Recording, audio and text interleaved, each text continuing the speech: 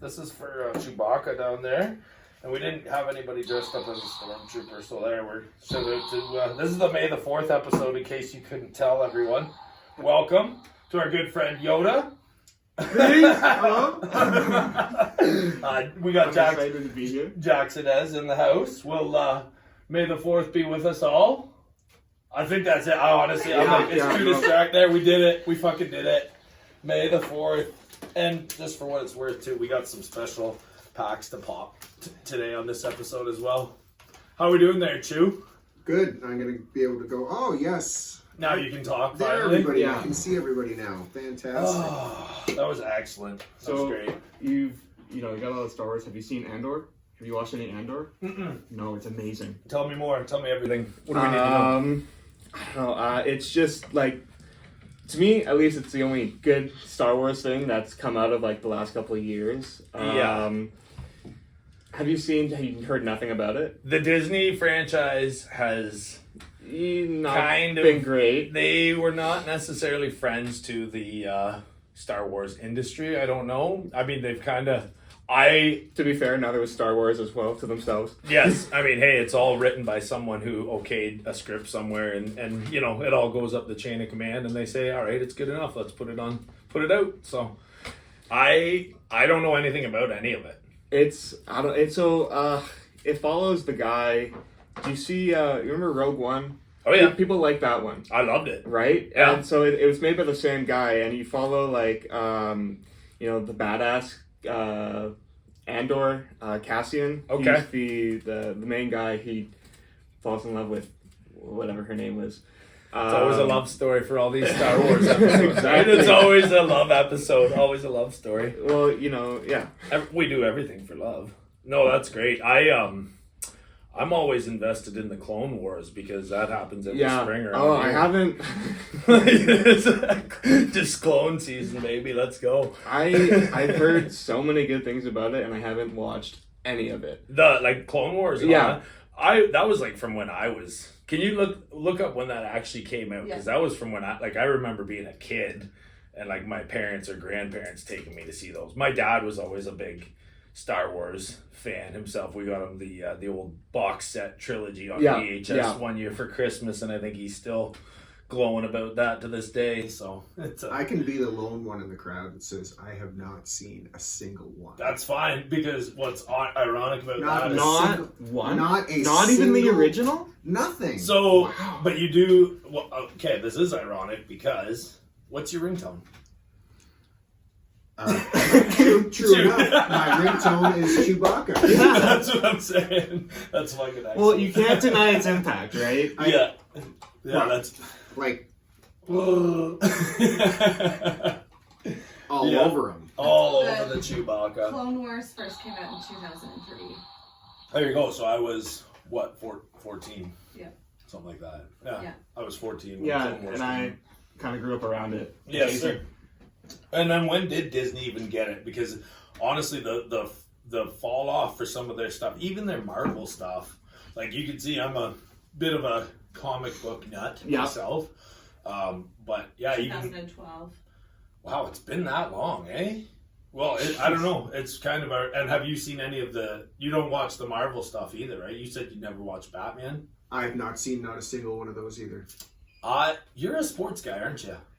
Yeah, I guess I'm out of this conversation. I'll just be quiet. No, absolutely not. I know none of this. I think honestly we should get right into these ones right now, because these are. I think you gotta start. You have to do. Well, we can all. Yeah, you do one too, and because we only got 2 of them yesterday.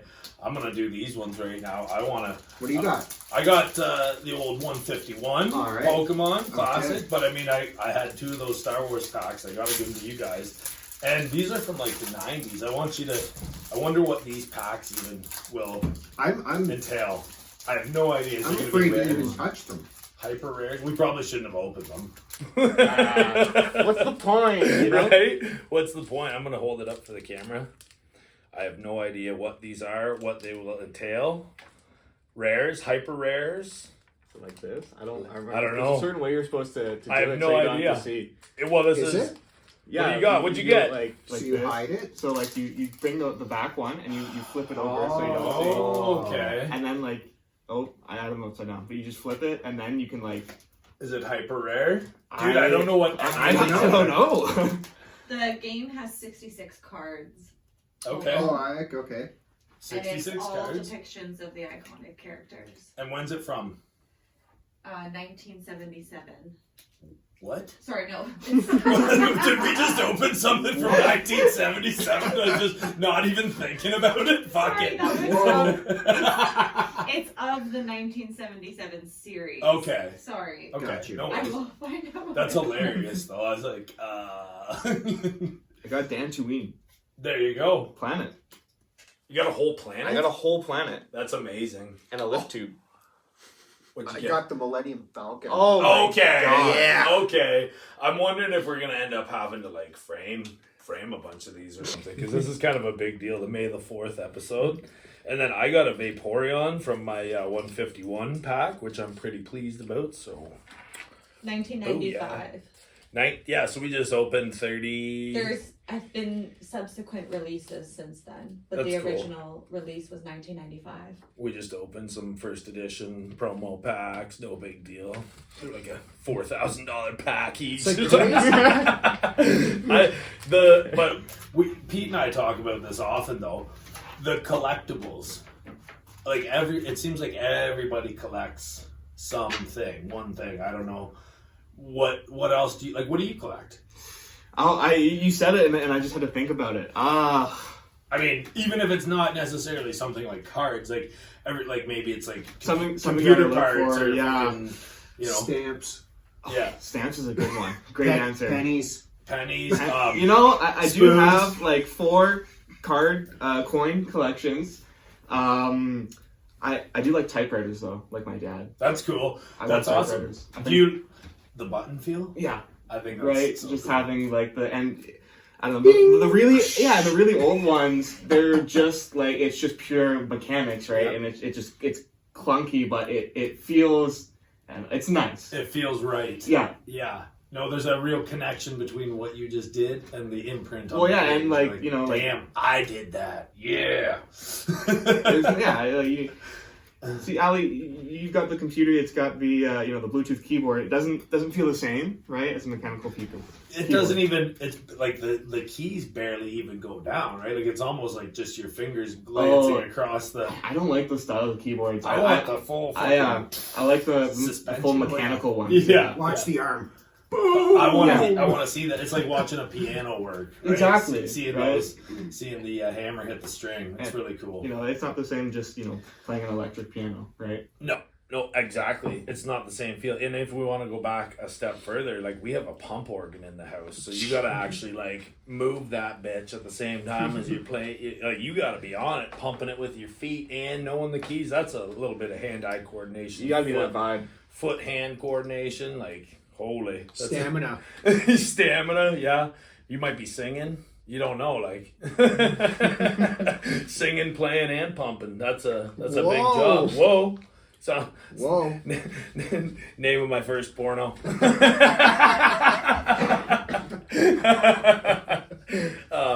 No, that's hilarious. And Pete, what do you collect? I know what you collect, but I want to hear you talk about it. It's good stuff. I collect sports cards. Yeah, you do. They're fucking dope too. And I found a bunch for you as well. Yes. We got to go through my collection so it can become your collection. Yes. And then hook up with whoever the gentleman was that had. He wanted to, yeah. He had a bunch too. Yes. There's, I mean, seems like all this stuff kind of comes in waves. Like going to those Comic Cons, it's funny to hear. He was like, "Oh yeah, kids are starting to get back into the hockey cards and stuff." And I can't help but wonder if maybe too that's like the digital era is fun, but I feel like people long to have something that they can hold in their hand that's not anyone else's, right? It can't be copied, it can't be replicated. Like buttons in the car. Yeah, exactly. I mean, like when I get a Charizard, there's something about knowing like it's like it got made by somebody, it was a rarity, somebody else held on to it, somebody opened, whatever. It's got a long story, but none of it can be copied. It can't be copied and pasted. It's like a one-of-one story for that particular card. So I think that's part of the allure to that for me. And then, of course, this is like little fucking treasure hunt, I always say. Like, and I don't know what you guys even got in your... I'm sure you probably got something fun. We'd have to look them up. Exactly. But I have sports cards that are older than all of us. Yeah. Combined. When was the first sports card actually ever? I'd love to know. When did sports cards become a thing? Like, was it somebody clipped a newspaper article and then like they laminated it and somebody was like, "What a cool idea! I think I want to. Let's do a bunch of that." Because like, think about all the industry that's probably actually came out of that concept, right? Yeah. And now they make cards with characters that don't even exist, and people hunt them down like it's the fucking end of the world. So the earliest known sports cards are baseball cards, and there's evidence suggesting they existed around 1860. Whoa! The Brooklyn Atlantics, a dominant baseball team in the early 1860s, was shown with a sort of like a visitor's card. So when they went to visitor games, it was part of their branding. They made smart. Yeah, sports cards. It's like business cards. It's like your nephew. Yeah, yes, they were essentially trading, like a trade card. Yeah, just to gain interest in other towns, right? Like just, who's that guy? Who's that? What's his stats? What's that? That's awesome. That's a really cool little factoid. Yeah, as like a professional sort of merchandise of the team. Mm-hmm. What's the highest value of a sports card going for? Imagine you have that first sports card, like the first documented fucking one ever. Like, who would it be of? And what's it worth? Like what condition would it even be in? You know what I mean? Like after 1860, so it survived, presumably it survived both world wars, a bunch of other crazy shit. You know what I mean? And then it's like you've got it in your hand and you're like, whoa. Oh, well, they didn't laminate back then, right? No, exactly. The current record for a paid amount for a sports card is for the 1952 Mickey Mantle baseball card. Ooh. And someone bought it for $12.6 million US. 12. Okay. Oh. Let's in go. 2022. In 2022, someone paid $12.6 million US. I think I want that kind of money. Just to buy a Charizard or something. That's fuck off rich. That's fuck off rich. Big time. That's like fuck off twice rich. I fucked off from another country. The record it broke was $7 million for the Onas Wagner card.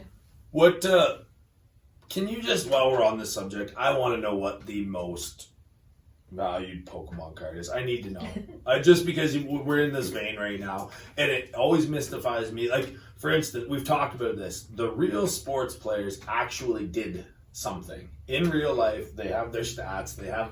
They played the game. They beat the odds. They beat the competition. Whatever. That's an accomplishment that we're trying to cherish with that sports card. You know what I mean? These fucking things, they don't even exist. Like, and people are like, "Whoa, what is it?" And then let's hear some facts, because this is the part where I'm like, "You paid what for what?" But I'm like, also, I will do it. Like, you ready for it? Are you ready for it? Yes, let's go. The truly one-of-a-kind card, the Population 1 PSA 10 Illustrator Pikachu, was bought by YouTube influencer Logan Paul in 2022 at a valuation of $5.275 million US. Whoa. Making it the most expensive Pokemon card ever sold. And it wasn't even a Charizard. Isn't that? It's like, that's the part they don't, right? Like, that's the part that kind of irks me. Like, but right now, we have no idea what we're holding on to. What these are right now. Right. We're sitting here, we're talking about 5.7. First time these have been open since, like, however old they are. And they're, like, pristine. Can you give me a name of one? Yeah, let's start looking these up just for fun. The best one, we think? Well, I don't know what it is. I've got a Darth one, plus I have that Millennium Falcon card. Guys, I think we should definitely find a way to, like, frame all these, or just I don't even know PSA them or something. If there's even anything on this that would give you any info of what it is. Not much use the pack or something. I always find no idea. Interesting that these things just exist and nobody, like, it's all fictional, right? None of this ever happened. It's just fake fictional stories. And Darth Vader, CCG limited card, ungraded, is $62. And there is no value for a PSA 10 because it hasn't happened. They have a PSA 9.5 for $285. Send it off. Call them up. Really? There you go. These are they're brand new. I know, we gotta get some top loaders. They're I think I should pristine. just buy a box of top What loaders else for do you the have? for the room. I didn't get any hyper rares. What did you get there, Jackie boy? I'm trying to figure this out still. No worries, no worries. Just Yeah, sorting like them. What are you solitaire. sorting them by? I don't know. I'm just grouping them. He's not even. He's just. Doing I don't even. I'm not like sure. Like there's. I know nothing to rank them off of, so I'm going what kind of is similar to each other. All right, you might as well look up a Vaporeon Yeah. from the 151, I really have no idea. 134, 165 with the Black Star. We'll see. I have no idea. You always wonder about these things. I don't think the. Like from what bits of movies I've seen when Noah has watched Star Wars, I totally recall this. Let's see. What is it? I this haven't scene. even. Can I? Right? Can Yeah. I? Exactly. Yeah. Right. What is it? Well, okay. It's the guy, one of the starfighters. Oh One of the yeah. pilots. That's Yep. I totally recognize that scene. Right before he gets pwned, right? He's about to, this is the last. You see You him see for it chasing him. you see him for 1 second, and this is that second. That is correct. And he's like, "Fuck!" I'm fucked. Yeah. Yeah. I didn't know they swore in space, but PSA 10 is $33. let's go. What up, Vaporeon? I'm never PSA See? in that card ever. Spend 25. Is there another character These that are I can wicked. look up on Star They are Wars? wicked. Here, We're- take some. See what you can. Yeah. See what you can find. Take the I whole don't stack. think any of mine are valuable. Because Dude, these are pretty wicked. Dude, that's the one. thing is like we looked up that Steve Kerr. Remember we were looking up the Steve Kerr rookies and like some of them were like $1,200 if you PSA'd them. Yep. So it always fascinates me. And then like I said when we were at that Comic-Con, seeing the guy having full comic books in their wrapper PSA'd inside a plastic shell, so you can't even enjoy them anymore, right? They're gone. So like, but it's worth $900. Yeah.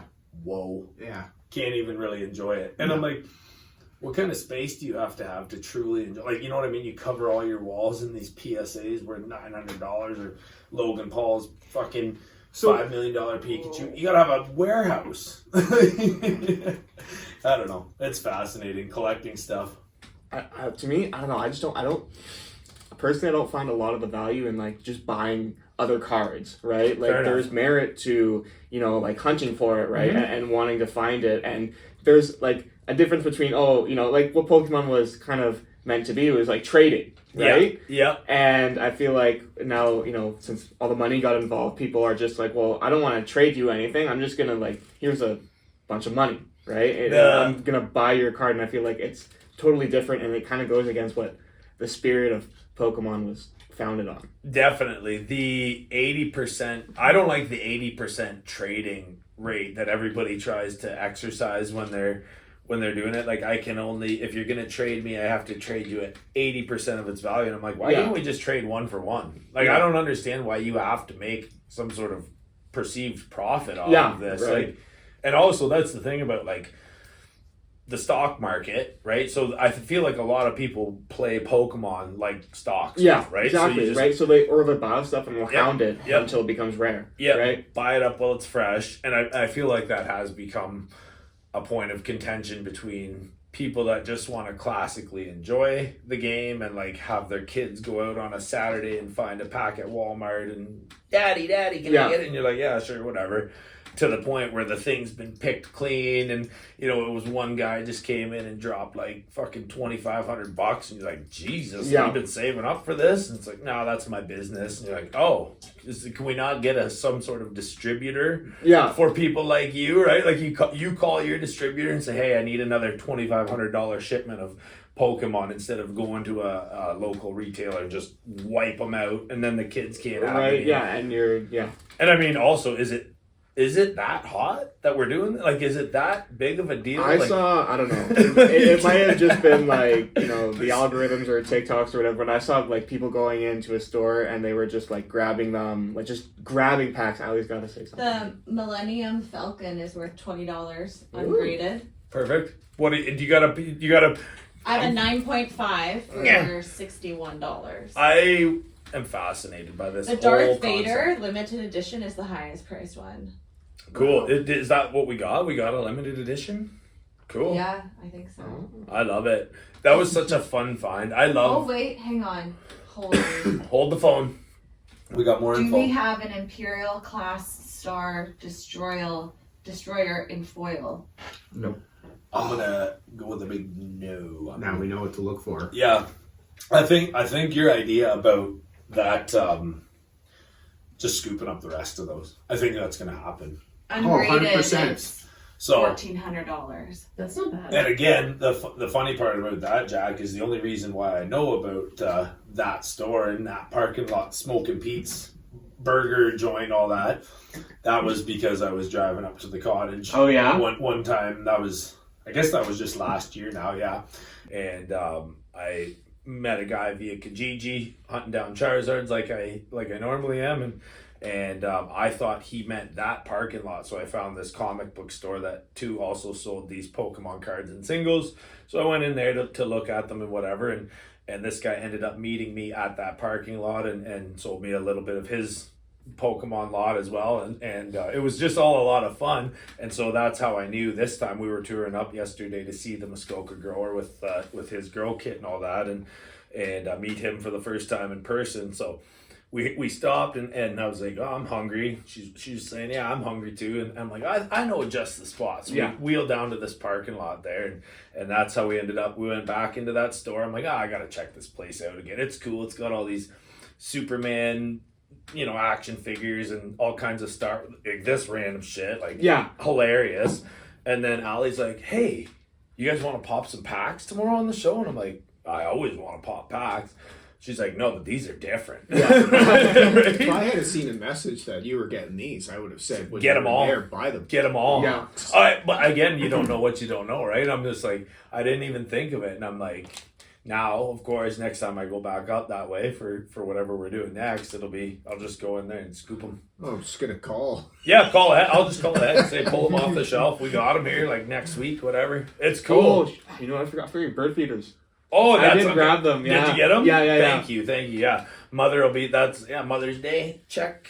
Yeah, found a couple little bird feeders at I guess you could call it a garage. It wouldn't be a garage sale. It'd be a garage giveaway. Garage giveaway. I love it. Yeah. Yep. Everybody collects something. Mother's thing is bird feeders, which I think is actually kind of great. I love nature. I collect knowledge. I think that's fun. I like to learn. Tell us about that. Tell us about university, buddy. Oh, yeah.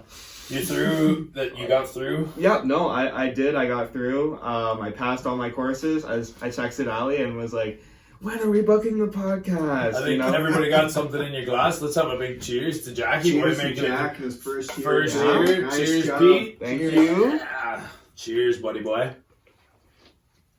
Mm-hmm. And we were just talking. We did a quick little recap about that because I talked to you just before you were gonna head off. You weren't. Kind of needed a little bit of a little oomph. Yeah, no, we got through it, and it's. I'm having. I don't know. Now that I know what it's like, and after like the first semester, it was fine. And yeah. I don't know. Now I'm having fun. It's still stressful, but like I know my people. I know like what's expected of me, and so I'm having a lot of just learning. Yeah. Right. Well, you're zoned in. You're in your comfort zone now. You're basically, yeah, no, and it's just like I really enjoy the school because it's teaching me it's teaching me how to learn. It's not just giving me content. I feel like going, to some other schools, they just they teach you stuff, but they don't teach you the skills that it's supposed to represent. Right. Or it's like you're learning, instead of learning how to do it, you're learning why. Yeah. You're learning how to do it. Yeah. Right. And they're like, okay, and here's how you flip burgers. Right. And you're gonna flip burgers like this, and this is how everyone else flips burgers. Right. Right. And then you go to your first job, and they're like, okay, flip a burger. Right. And you're like, right? You never learned how, right? Right. You read about it. Yeah. So you read about it, but you never actually applied the skills. Okay. I'm enjoying being able to apply the skills applied math. Ooh. And I was No. gonna say, yeah. it's so much more than burger flipping for what it's worth too, right? Like, Yeah. would you tell us what are you in there for? Because it's I think It's, I'm gonna major way the in fuck up there. applied mathematics. I feel like that's a really fun way to go because you get a lot of the theory side, but also you still get to keep it grounded in something, right? And I was cheering over there. Woo, there you go. yeah. There you go. Exactly. Queenie Bear approves here, so you must be doing something right.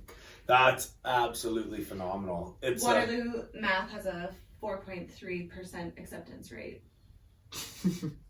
so. And that's just everywhere. There you go, Mister in the 4.3. That's amazing. Good for you. Good for you. Yes, I'm glad that you went and you're enjoying it. What's been the? I I have another fun stat. Let's hear it before I ask anything else. A 96% grade average when you apply gives you a 40% chance to getting accepted. Oh yeah. Yikes. That's it's all almost up apps. You know, I keep telling people It's a big deal to get in. It's a fucking huge deal to get in, bro. Let's not just skim over that. Like, good for you, because that's work, man. That is some fucking work, bro. and it's been work, but you know, me and Ali, we need to have lunch. Like, Yeah. I said we do it, and then I never did. last I'm week. sorry. Yeah. Yeah, that's awesome. Good for you, man. What would you say was the hardest part of it, or what was the highlight? Tell us everything about it. Like, The hardest part. I don't know. switch up of a lifestyle. Or, It was the switch up. It was abrupt, right? It's all it was. It was abrupt change, and it's kind of a completely different way that you have to think about things, and you have to like style your learning. And it's not the university's fault. I feel like the Ontario education system. I ranted about this in one of the Preach! Did you take time off from high school? I did not. I went right in because Nice. honestly, I didn't want to lose anything. Like, Stay fresh. Yeah, like a lot of it is learning how to learn and just like forming habits, right? Yeah. And it's finding balance. 90% of what I did throughout the year was try to find a balance, like balancing work life, school life,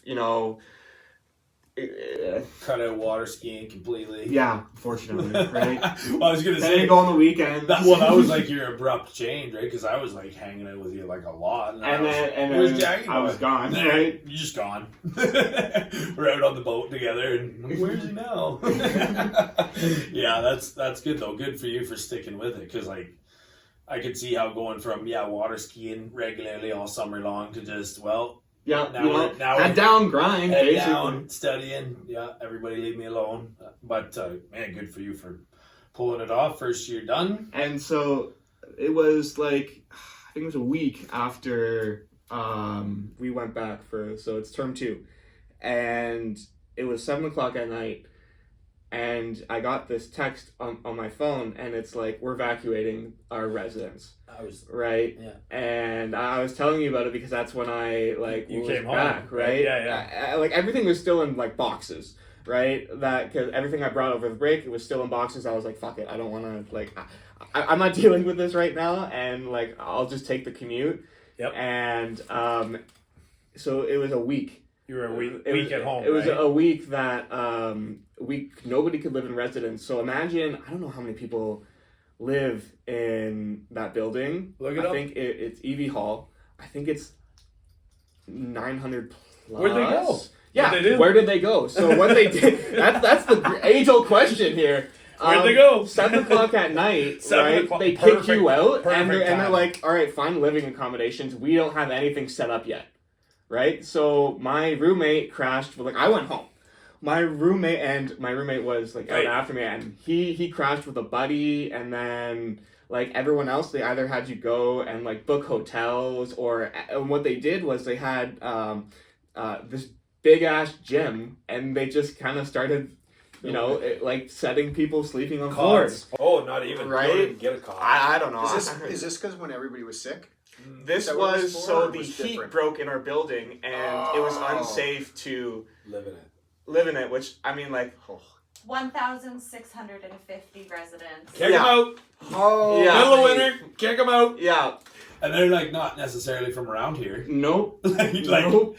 could be a little bit of an abrupt shock. Just, oh, this is Canadian winter and I don't have anywhere to live. Yeah, and I don't have a coat because I never bought one, right? That's Yikes. That's a recipe for fucking disaster. Yeah. I remember talking to one of my classmates from Barbados, and he was like, oh yeah, it's just like a constant, 26 degrees all day, all night, all year round. And I'm like, oh, you're going to have fun. Yeah, man, we get 26 degrees one day and you get minus 26 on the same day. Yeah. Get ready, boy. Yeah. We could be swimming and snowboarding same week. Yeah. Last week or a couple weeks ago it was brutal. We got spring, summer, and fall all on the same day. And the week before that was winter, right? I've been up. You're on the roof now. Oh man, dude. That has been it's been a very trying time. Just getting that place prepped for siding and doing all the aluminum work.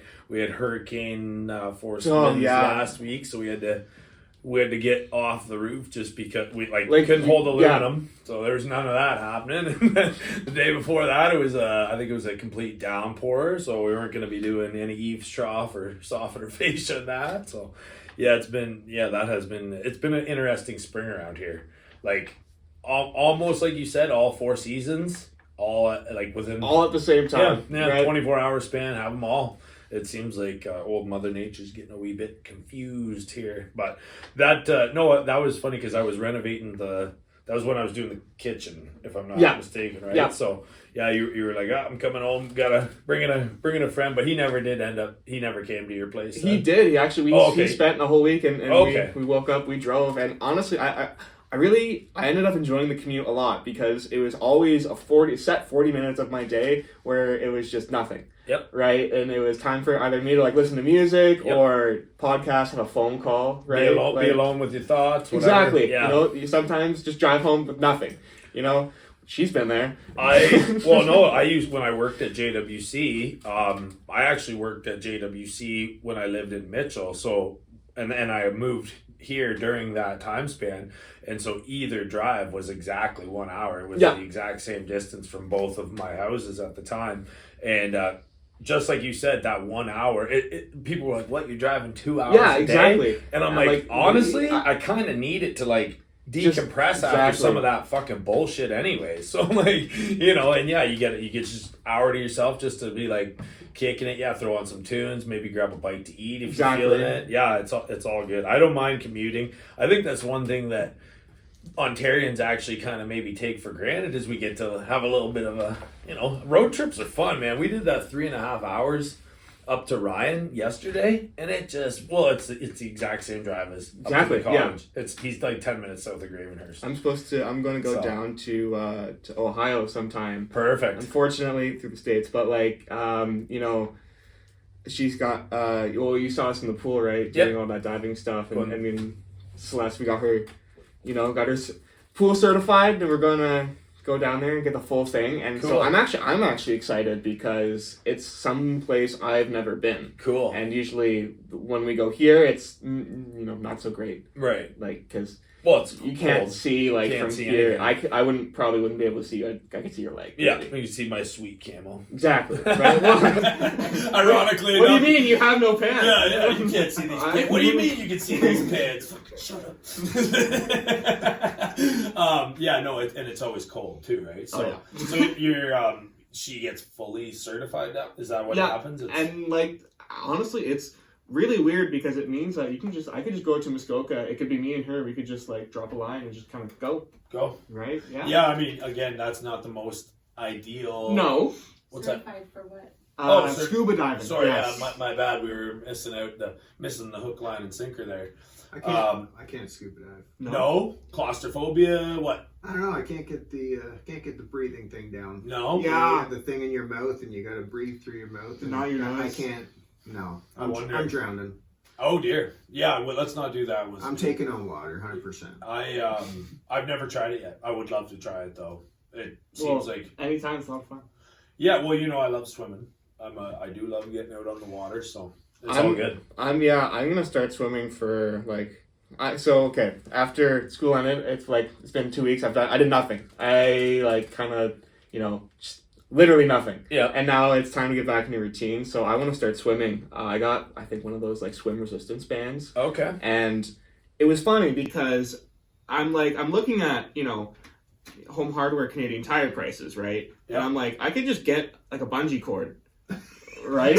Like that's all it is. It's just a bungee cord. You just strap it on yourself and it holds you back. But it was honestly cheaper to just like buy the thing off Amazon or whatever. Really? Right? And I got it delivered and it had a little strap and everything. I haven't tried it out yet, but So it looks pretty fun. Yeah, I was gonna say I need to know more about this because I am totally in the dark. So you just hook it on what? You hook it on your leg and you hook it on. So Yeah, it goes around. yeah, it goes around your waist. Oh, okay, like there's gotcha. some that go on your leg, but I feel like when you're swimming, I wouldn't like because you'd be kicking the lines the whole I time. would probably rip my knee Exactly. completely apart if Right. had a rope attached to it. I'd fuck it up so bad. Yeah, they're like they're not like rigid. Like it's just meant to kind of gently pull you back as you swim, so you don't actually swim. Right. Right. Put it into the pool. Way you go. You're swimming 5 exactly. kilometers without moving an inch.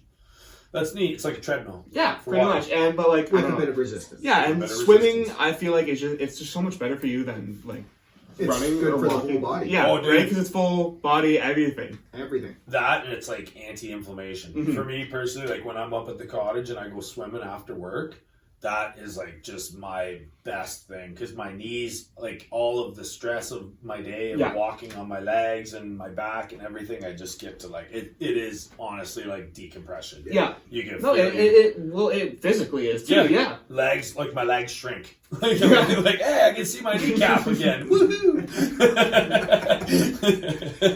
Yeah, no, I love it.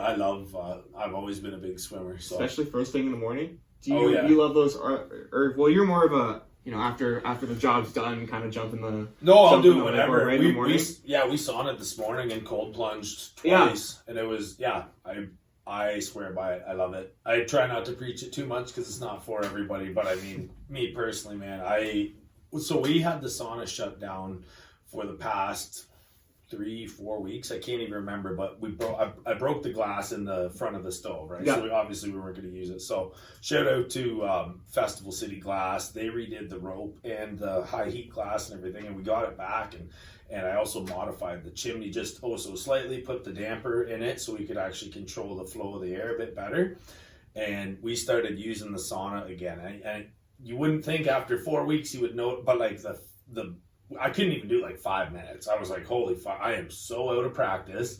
And then doing the cold plunge, couldn't even get to a minute. I was like, man, it took like 4 weeks for me to just fall right off. Like, so I really do try to use it as much as I can, like in the week. But it's also a wood So I think sauna. So. the best is like the pool. So when the pool before it gets heated up, it's the cold plunge, but it's just you're immersed. And you can move in it, right? And it's a completely like different kind of feeling. Oh yeah, and your pool's salt too. So it's like Floating.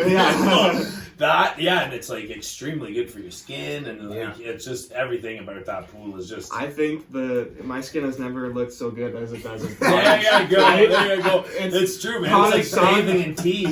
Exactly. Fucking little tannin action. That's good for exfoliating. I have never looked so good. Never looked so good. Well, I thought you were gonna say something about the pink hoodie too, because that's also. Oh yeah, damn right. Yes, sir. And that's in your favorite. That's in your math colors too. Yep. It's almost as if there was somebody in our team roster pushing for that really hard. That works in math faculty and loves that color of pink. And it was, I mean, we kind of all as a group, we sat around and chatted about what our special edition colors would be for our launch, and we landed on that being one of them, of course, and the pastel purple, which I absolutely love as well. So math's history for the pink. Let's hear it. So the color, it stems from the tradition that math has, which is all the graduates get a traditional pink tie. Mm-hmm. Okay. And that tradition originated from Professor Ralph Stanton, who had a giant pink tie displayed on the Math and Computing building upon its opening in 1968. Cool. And so that's fucking dope. It was the math and the engineering faculties who used to, they would steal the tie. Oh, okay. Right, and so we had to put Again. up. Was it the tie guard? I think, or it was like the honor guard, basically. That's awesome. They literally like patrol and defend the tie and stop it from being, vandalized. Walking around with nightsticks. Yeah, literally. Just It ready is to a big deal. There's beat like the a shit out of anybody who a crosses it. special pink tie ceremony. Yeah, that's I had to do a separate from dance convocation. in front of the dean.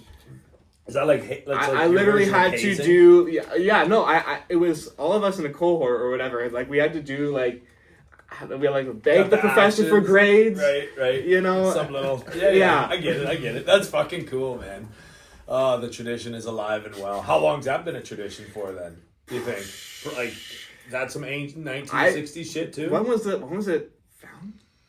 It's funny how the universities and colleges come up with traditions like that do stand the test of time, and like it's not like hazing has such a negative connotation, but it is a certain amount of like welcome to the club. There's nothing wrong with being welcome to the club in a healthy kind of way, and like having to show your merit to get into the club. Show your result. Yeah, exactly. Like we don't want it to just be everyone. That's the whole point of a club. It's exclusive. We weed out the ones that don't belong here. And it was exciting, like because I don't know, people. I have this photo where it's the caption is not a phone in sight, just people living in the moment, and it was like I get it. It was but it was like halfway through the year, right? Yeah. Like at that point, it was just a photo of people just all along the walls. Nobody's standing in groups, and everyone is just looking straight down like this. Right? Nobody. There's one person that I know. He's walking towards me. He's the only person on his phone. Right. Samir, shout out to you. Yeah, shout out to Samir. Yeah. That's awesome. Yeah, it's But like, what do you got there? You look like you're about to tell us something. Yeah, no, I was just saying, so the only date goes back to that 1968. So that prof was really apparently known for his outlandish ties. Cool. Which is why they used it. He's the one who said to have a giant pink tie on the building. But the ceremony itself is a process of pledging your allegiance to the pink tie. Yeah, we don't And pledge to the to the math faculty. We pledge to the tie. To the tie. That's dope. Yeah, we don't give a shit about to the faculty and the faculty. Tie. I don't even remember the. I did the pledge. I'm not 100% sure on the words of the oath, and in fact, I should remember a lot more because it's all good. I just went through this. Well, hey, you got what, 3 more years? So I'm sure it'll be tattooed on you by the end of it or something. I know. 2 more years of math. Yeah. It's 3 more like 5. Oh, is it? 4. Big program. Yeah, that's again, that's work. So that's fun though. Yeah, it is. And then I guess back to that. What happens after you've done that? Where are you heading up? Where are you off to next after? So to me, my right now my dream job would be work with Side Effects. So they are a Toronto-based like 3D generalist company. They make a software called Houdini. So all of the Marvel movies, basically any superhero movie, most movies that use CGI worth their salt use Houdini in some aspect, right? Or interesting. Just to render. It's just the industry standard for doing like VFX, and it's coming into doing. So they make the explosions basically. You right? Well, you showed me some of your artwork on your computer too. Yeah. Like you did some Spider-Man. Yeah, I did some Spider-Man stuff. I did something for my brother, which I literally had it like delivered. I think like 10 minutes. On Christmas Day before we were all like sitting around the tree. Right. And it was just like a little showcase for this mug that I made him, right? Cool.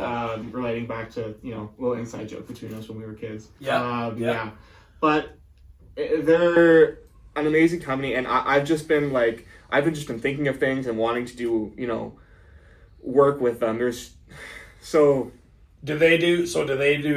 they have all types of films, like, or is it just like special effects, explosions, or like special effects? That's what they're mainly known for. But the kind of the intrigue to using the software is it can be changed to do basically anything you want. It's so open, you can like implement anything with it. So I've been looking at computer vision or computer graphics. It's not the right word, but like the scientific papers, they all use Houdini because it's easy to just get in there and make anything that you want, right? And if you know what you're doing, it's an incredibly powerful tool. Okay, so it's like it can be 3D rendering of any sort. Yeah. You have to. It can do like 3D just prompt. of any sort. Basically, yeah. We've heard that a lot lately from you know who. It's all in the prompt. It's all in the prompt. No, that's very cool. One of my cousins actually, he did a bunch of not necessarily in the same vein, but he did some graphic design work for Disney Pixar. You know, right. And I don't know, what I love is just like you've been through it, the iterative process of just starting with something from scratch and just slowly you just add to it bit by bit and you make it into something whole, right? Haven't we, Pete? Slow, a few things, slow, arduous worm, but we get there. Bit by layer, bit by bit. It's like building it with paint. Yeah, exactly. Right? That's what it is. It's just one layer after another, and sometimes the layers are so fucking ugly you want to act like it didn't happen, but at you the have same, more paint. You have more paint, and also, I mean, we were talking this morning about like the act of like just getting through something as the only way to get there's no way around it. You can't go backwards, and so the only way to get through it is to suffer through those layers of paint that are less than ideal, or you're like that was a stain on our design. But if we hadn't known that it happened, it would set us up for failure later on down the line anyway. So it's best to learn about it now, get through the fact that it didn't work the way we thought it was gonna, and just on to the next layer. So Ali got me into the Shopify.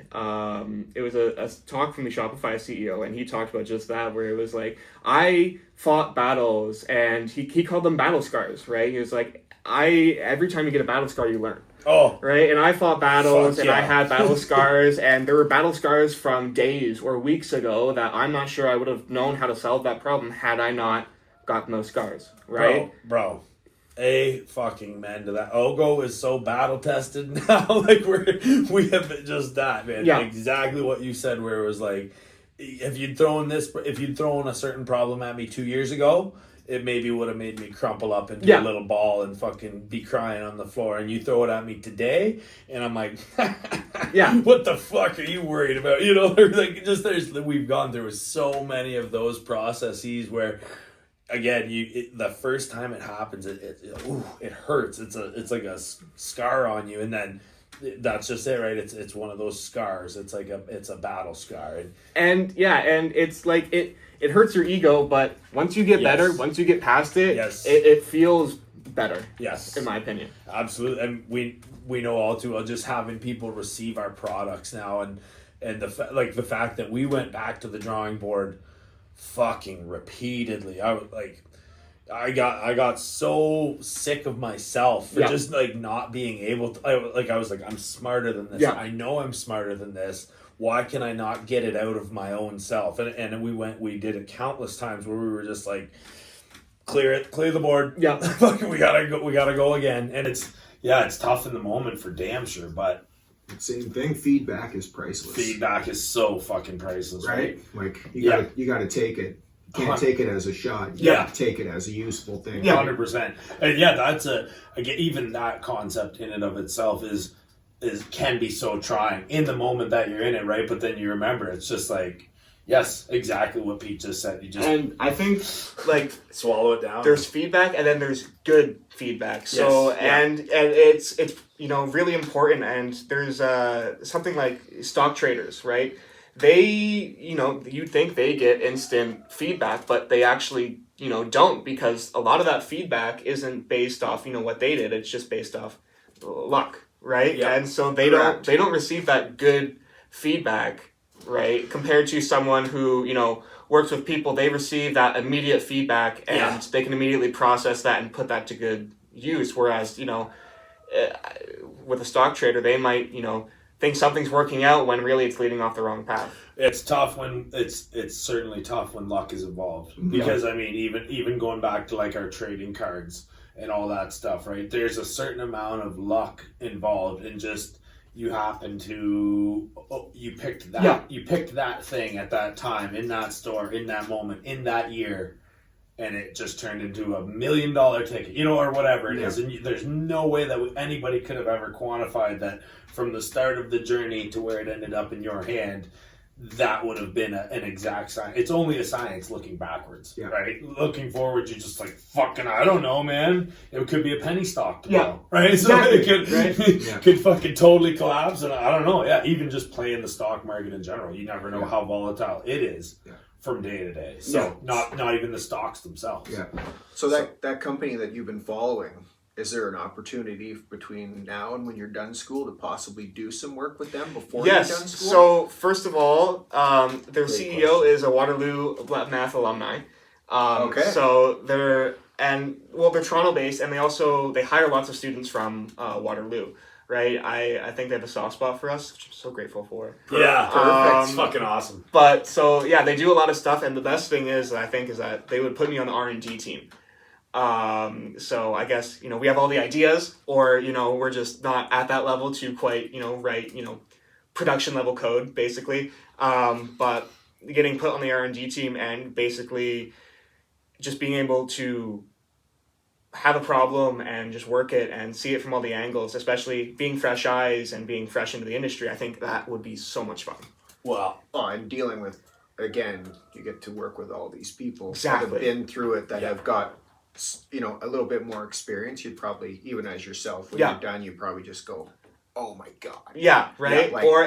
Yeah, like the first time someone really blows your mind, you're like, how did they do that? Yeah, right. That's what I mean, exactly. You'd be like, you're wow. just like, wow, right? And I don't know, I love meeting those people where you just like, you just sit behind them and you just shut up and you just watch them because you just want to learn from what they do. Mm-hmm. Very good. Well said.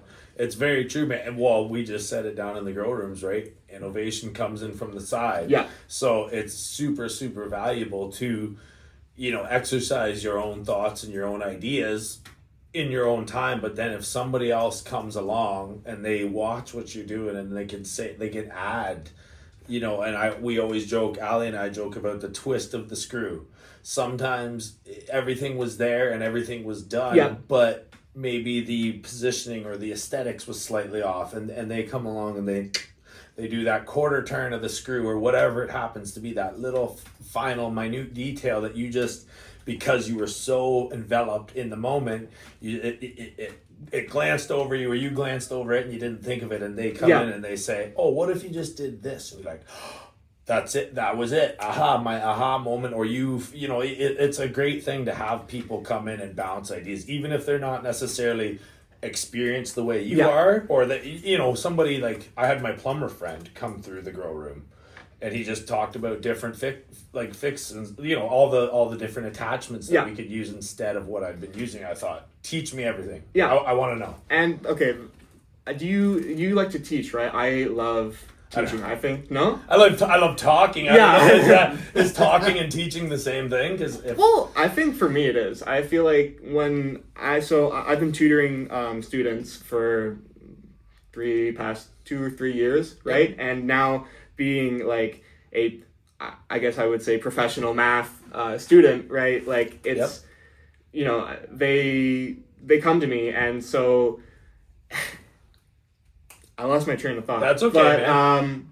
I think, I'm going to say this because I just asked if talking and teaching are the same thing. And I mean, I'm going to say that probably the value of people sitting in a podcast room just like this is that this is probably the most organic way to teach and learn, because when you're sitting with people and you're just, instead of sitting in a classroom and you've got one person at the front and they're yelling all these things out and you're absorbing them supposedly, but you're just sitting there and you're not actually exercising your train of thought at the same time as they are. Yeah. Right? And so they're telling you all this stuff and you're like, wait, I understand that water evaporates off the surface of the lake and forms clouds.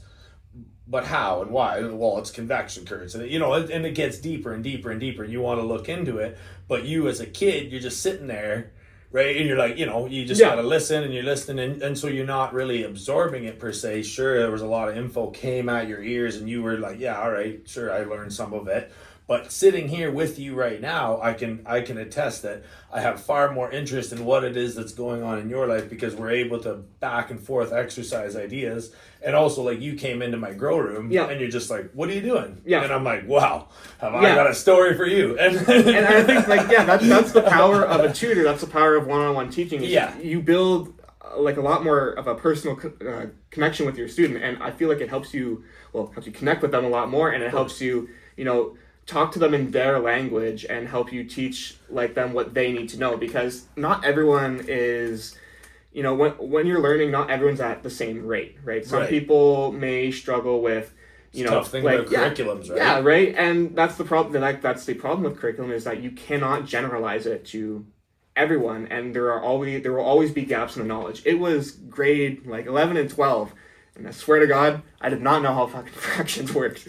Right? I hated working with fractions. Well, like multiplying, subtracting, adding them, just because when I learned, I hadn't learned it correctly, and it was very difficult for me at the high level, or at the higher level I was, to look back and try and unlearn and like reintroduce those skills. And so when I'm looking at other people, I'm always looking for the flaws in myself that I might see in them. Yep. Right? Like, what are some of these things that that have troubled me that might trouble you? And I try and I break it down with my experience, and I try and come at it from where I was with them, what I wish someone had told me when I was like at their level. I know why this works, because what you're describing is the essence of the campfire. Yeah. Right? When people that thousands of years ago, there was no podcast, there was no phone recording. It was your trials and tribulations as an elder, and you made it through, and you didn't get mauled by the tiger. Or if you did get mauled by the tiger, you knew enough to stab it in the eye with you know what you and then you tell the kids. And because you're sitting there quietly, and it's not like, oh, look at me, I did all this and I'm the great accomplisher of everything, and you're just like, I survived that. You're like, tell us how. And you're like, wow, it's an interesting story. And then they're like, that was a wild fucking story. And also, if it ever happens to me, I'm going to be able to retain that, because that was a wild ass story. And so that's the whole thing about your one-on-one tutoring, is like, you're not trying to betray the person that you're talking to. You have no use in lying to them. Yeah. You know what works, you know what doesn't work, you've been through it, and the value of that is that they just have to sit there and absorb it. We have to come and we have to merge together. We have to meet at a compromise somewhere, right? Because on the ground. Yeah, well, and you have to go to their, right? I can't sit there and, I can't stand at the front of the class and squawk off on the board for, like Charlie Brown. Oh, man, amen. Yeah, so I can't, sit up there, talk for 30 minutes and expect them to learn everything. I have to go down to where they are. I have to, ask them, like, what is wrong? What are you doing here and why? I'm not trying to be rude. I just want to understand, because when I can understand what you're doing, then I can help, focus it better and correct it. That is a huge, that's something that I am trying. That is how we kind of stumbled upon the methodology of our company, right? Because when it all started, Gorilla Ponics was the first one that I built. Yeah. But to try and explain that system to a person who has never grown a plant in their life, they would be like, get fucked. I want nothing to do with timers, pumps, what's water. I don't give a shit about any of this. But if you take it back to like, and because I had an understanding of the grow system in a way that I didn't necessarily know I was going to try and teach, or that other people wanted to learn or whatever, I just did it, and I went as fast as I possibly could, because that's how I learned, and I was just flying through all this info. And then when it comes right down to it, to try and explain how an outdoor aeroponic system would even begin to function with a person who's just trying to get into gardening, you're going to scare them away from it. And that's exactly what we did not want to have happen. And so we actually, we stepped back, and I said, well, maybe we would start, remember, like the conversations we had were like, well, where, let's go back.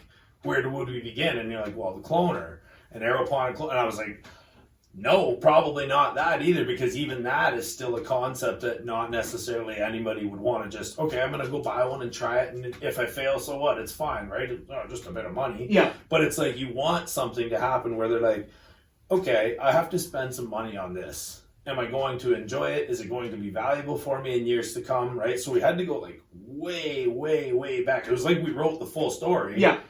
But no introduction. No right? intro. And that's where we ended up landing on like the Gorilla Garden, because you want it to be almost plug and play. You don't want it to be so many parts that people are like, I don't know how to fucking assemble this. You want it to be like a Lego set with water and plants in it. And that's how we got to it. And I mean, the way that's been received now, we're very glad that we took the time to get inside the heads of the people who would potentially be interested. But again, assuming that they knew nothing about the final system, how can we bridge the gap between that vast amount of knowledge at the end and the little starting point, like that spark that gets you into the zone where you're like, I wonder what else I could do with this, or if it's even possible to run this outside, or there's like all those questions, right? The one-on-one tutor moments, right? Pete, like I don't want to be the Charlie Brown's teacher, fucking.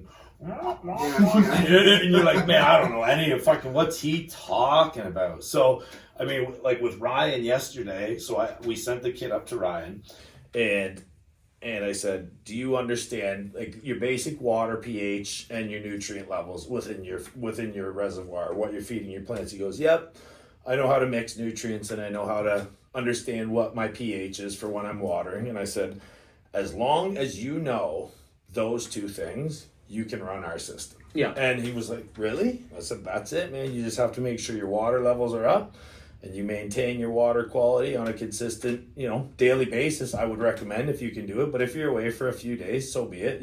It'll still do its thing. And he was so happy. It was awesome to see. He was just like, I could do this. Yeah. I'm like, yeah, you fucking will do this. Yeah. Man. You're going to do this. And he was like, dude, thank you. Because he's like, I've always wanted to try hydroponics, but nobody ever took the time. It was like, it was just like, amazing. How basic of a kit would it be for people to say, I think I can do this? And then me personally, I failed so many fucking times. Like in that room, in this room, I'd have these setups and they'd leak out onto the floor, or nobody told me pH or light. There was no like YouTube showing me, hey, this is how easy it can be. This is what you need to do. If you want to go more elaborate, we'll get you there. But it certainly became like a tutoring. Yeah, it was like an introduction into hydro. I really love how you talked about like being able to making things accessible. Yeah. Right. So I basically when I was in high school, I spent a lot of my time like developing third-party applications for like. It was just tools and simple things to help, artists and animators or whatever in 3D software just be able to work easier. Wow. Right? And it was just bringing things from higher levels down to lower levels, right? And it's like it requires a lot of, you have to think outside the box to make these things simple, right? Dude, to make something simple, you can make it, but then making it simple and making it accessible and making it an easy tool for other people to use is a whole different ballgame. Lego. Yeah, Lego was a perfect example of that. That's why it became such a phenomenon. Was like it gets more complex, but at the very core level, it's just putting two things together, right? Mm-hmm. Clip them. Yeah. Where do we go from here? Yeah. Where do you want to go? And if you can't talk it simple. Yeah, exactly. People are just gonna go. Yeah. Can't do it. And I know, like I'm like, right, as soon as the technology talk goes on, I'm the same way. It doesn't sound simple. Maybe it is simple, but to me, it's just like, Yeah, and I feel like as a presenter, you have to have a lot of, be able to have your self-introspection and realize when something goes over the head of someone else. Like, if you were talking to your friend there and you notice that he's just he's glassy-eyed, right? He's like, he has no idea what you're talking about. You need to, it's good that you have that presence of mind to be able to tone it down and bring it back, get him, get them talking about it and relating it to them, and then you continue on, right? You keep going. Yeah. Well, even in the grow room, right? Like, I had it. We revamped everything so that when people such as yourself or anybody that's not necessarily a seasoned grower like I would be, I want them to be able to enjoy my process. But again, it's a strange process. Even though aeroponics and hydroponics is well over 100 years old now, it's still a thing where people they want to know it, but at the same time they're like, well, where's the dirt? Present it to me. That's in a way. Always the question. Yeah, where's the dirt, right? And so but I'm like, even that part of it was tough because I do grow in dirt, but for the most part, what I want to do is start it bare rooted all the time. That's my ideal go-to. And if I can't do that, I'll clone it from a plant that, grew in dirt, or, I'll get my seeds and start them. But the tough part about it was like when you walked in, right? When you walked in, I said, okay, so this is where we start. And then it can go to here, or it can go to here. And sometimes we put it in the, and then you're like, oh, okay. So there is like a process to it. It's not just like I think a lot of people probably look in on it and think, like, what are all these wires doing? Yeah, it's random stuff. It's just random applications of stuff. How is there any cohesive manner to what you're doing? And again, that was one of those things where we as a group had to stop and say, if someone were looking in from the outside with very little explanation, how could we maintain their interest and also like pique their interest to a point where they're like, tell me more. Yeah. And I need to know more, and I think I want to buy one of these kits. And so, kind of parallel to that, I feel that's the way a lot of math works, right? Okay. And it's like the idea of, you come up with an idea, and I'm like, where does this go? Right. How does this, play this out, what is this extension of logic going? But with applied math, you have to have your theories kind of founded in reality, but you yourself get to make it. Cool. Right? You yourself get to test what you're creating and kind of put it out into the world. So I feel like, if someone, sat down in front of me and was like, explain to me what you're doing. Right? It would be difficult, but because of all the theory backing, I would be able to explain it to them. Same way if someone sat down and be like, where's the dirt? You would be able to walk through it with them and explain it to them, right? Yep. And it's, again, that creative process that we both really enjoy of just from that, taking that, little niche kind of pocket and then extending it, into reality, making it something personal. Well, I really love the gap. Like, I've always been a very hands-on guy, and I've never really had much experience in, say, the digital world per se. But nowadays, with the nature of everything, I've exposed myself to it bit by bit, and I am learning to get more comfortable, playing with Orca and, messing around with the 3D prints and all that stuff.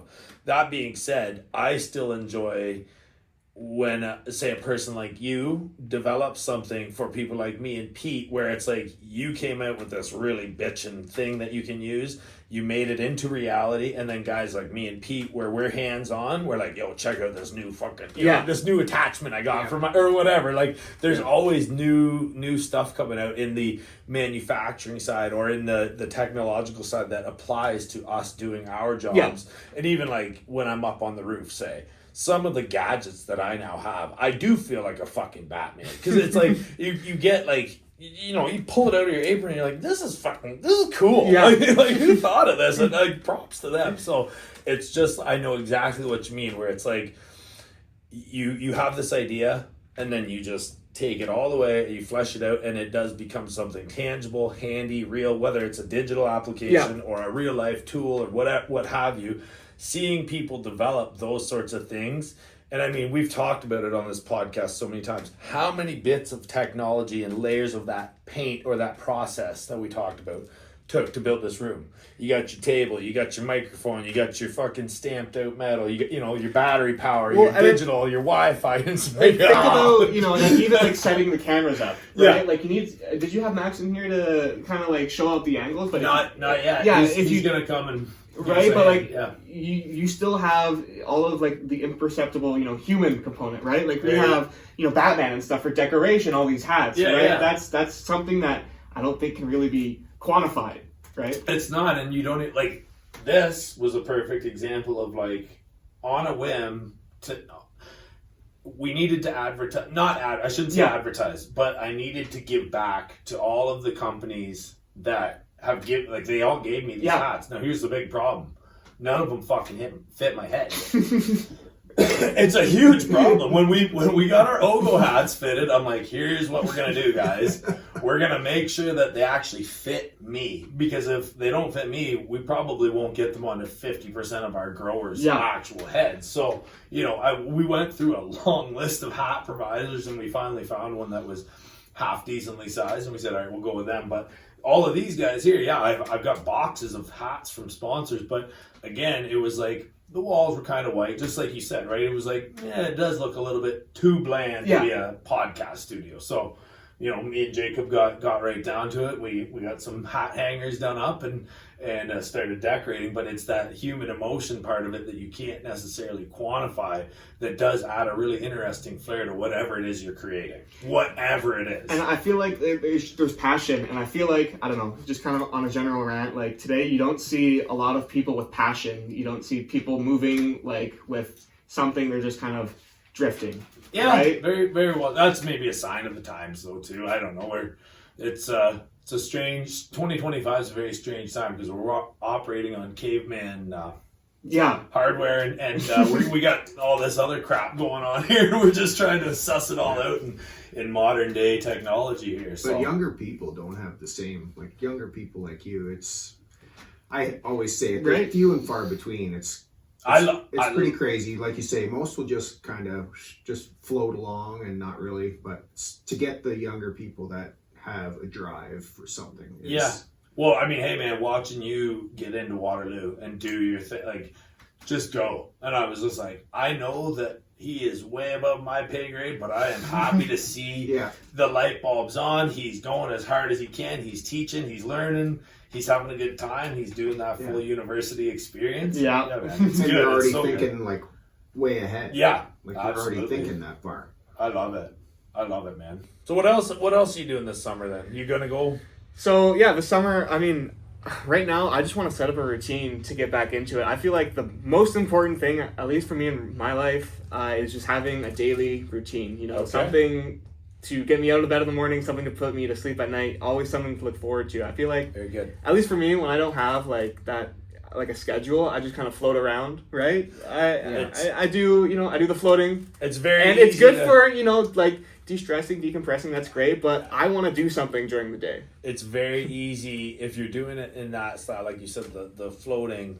It's very easy to let the days go by. Yeah. Mm-hmm. And then all of a sudden, a summer's gone. Yeah, and I don't want that to happen. Honestly, like, this will be my last off term, and so I want to enjoy it as much as I can. I want to build stuff. I want to have fun, right? So I don't want to be floating from day to day. I've done my time. I got my weeks out of the way. I'm stressed. I'm ready. I'm rearing to go again. And all cleaned up, ready to rock. That's great, man. Are you gonna do a lot of water skiing this year? Oh hell yeah, yeah. Hell yeah. I'm gonna get in shape for it. I'm gonna good for you.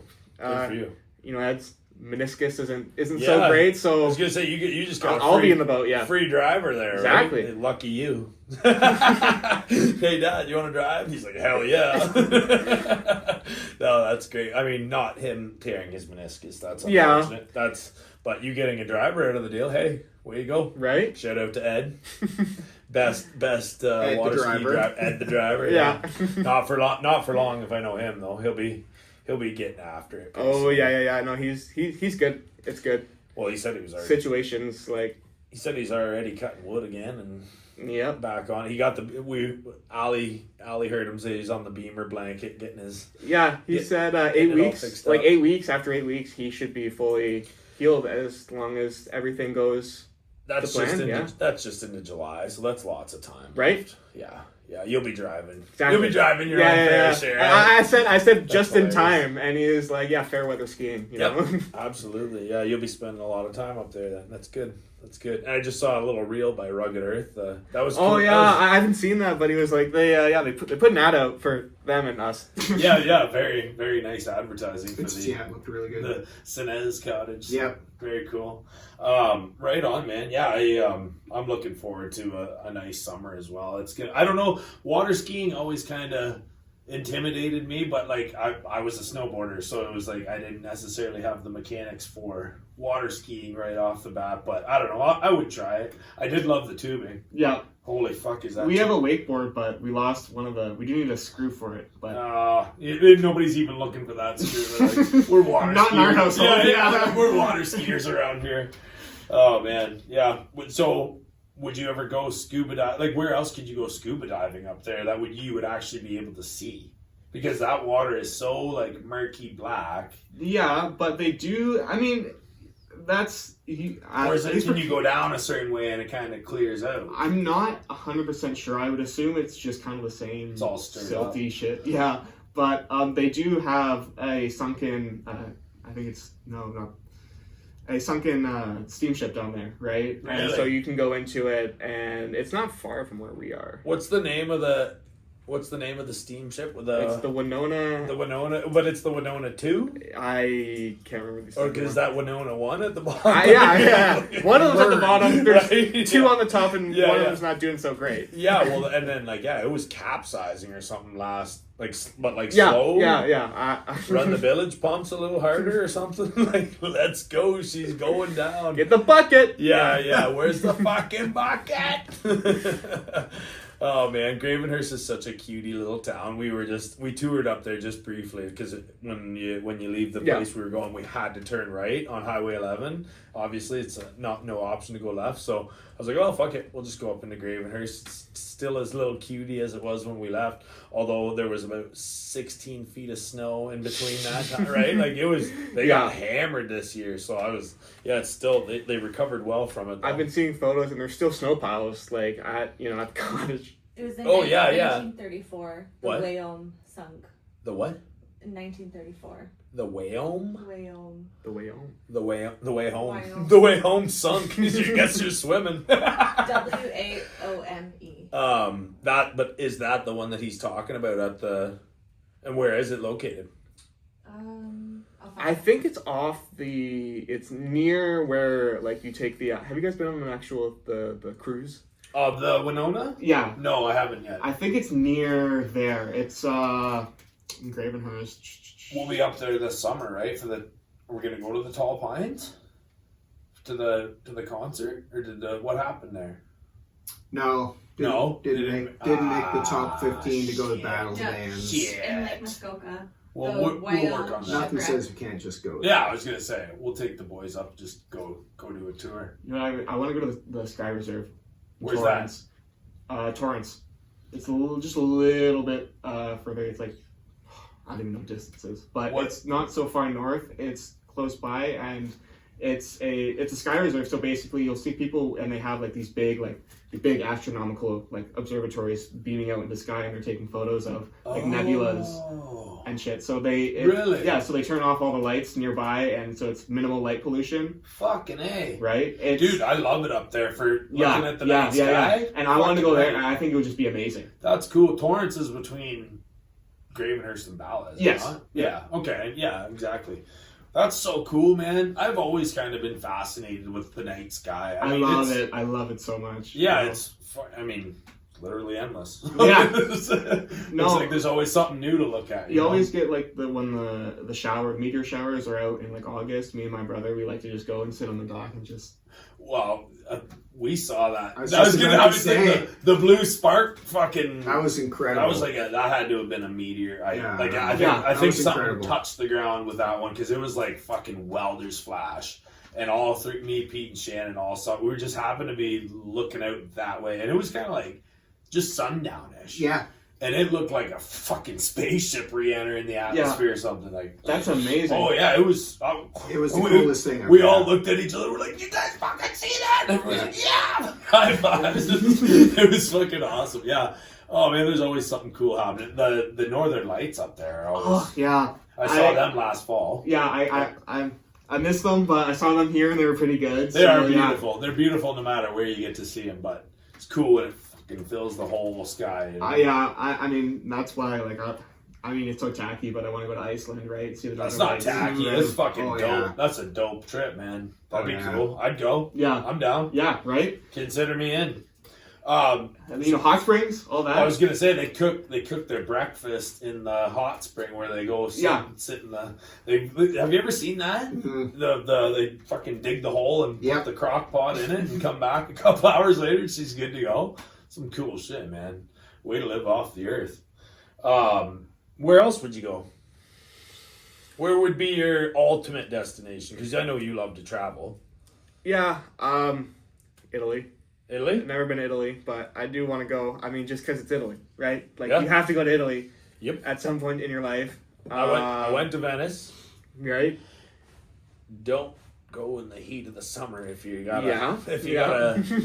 If you have a problem with smells. That was the biggest problem. It was just like, it was such a fucking cool city, right? Very, very interesting, but the water being a little bit stagnant plus the heat made it a little bit. It was like, you know, you're walking around, you're like, I could use some fresh air. Yeah. If there was a breeze rolled through here, I would not be upset. But the way it's all built and everything, like the whole of Italy is a very cool country. But then going out to Venice was, and any place tropical. Yeah, that's. I mean, I do love my Mexico trip still. So, where has been you've traveled a lot, right?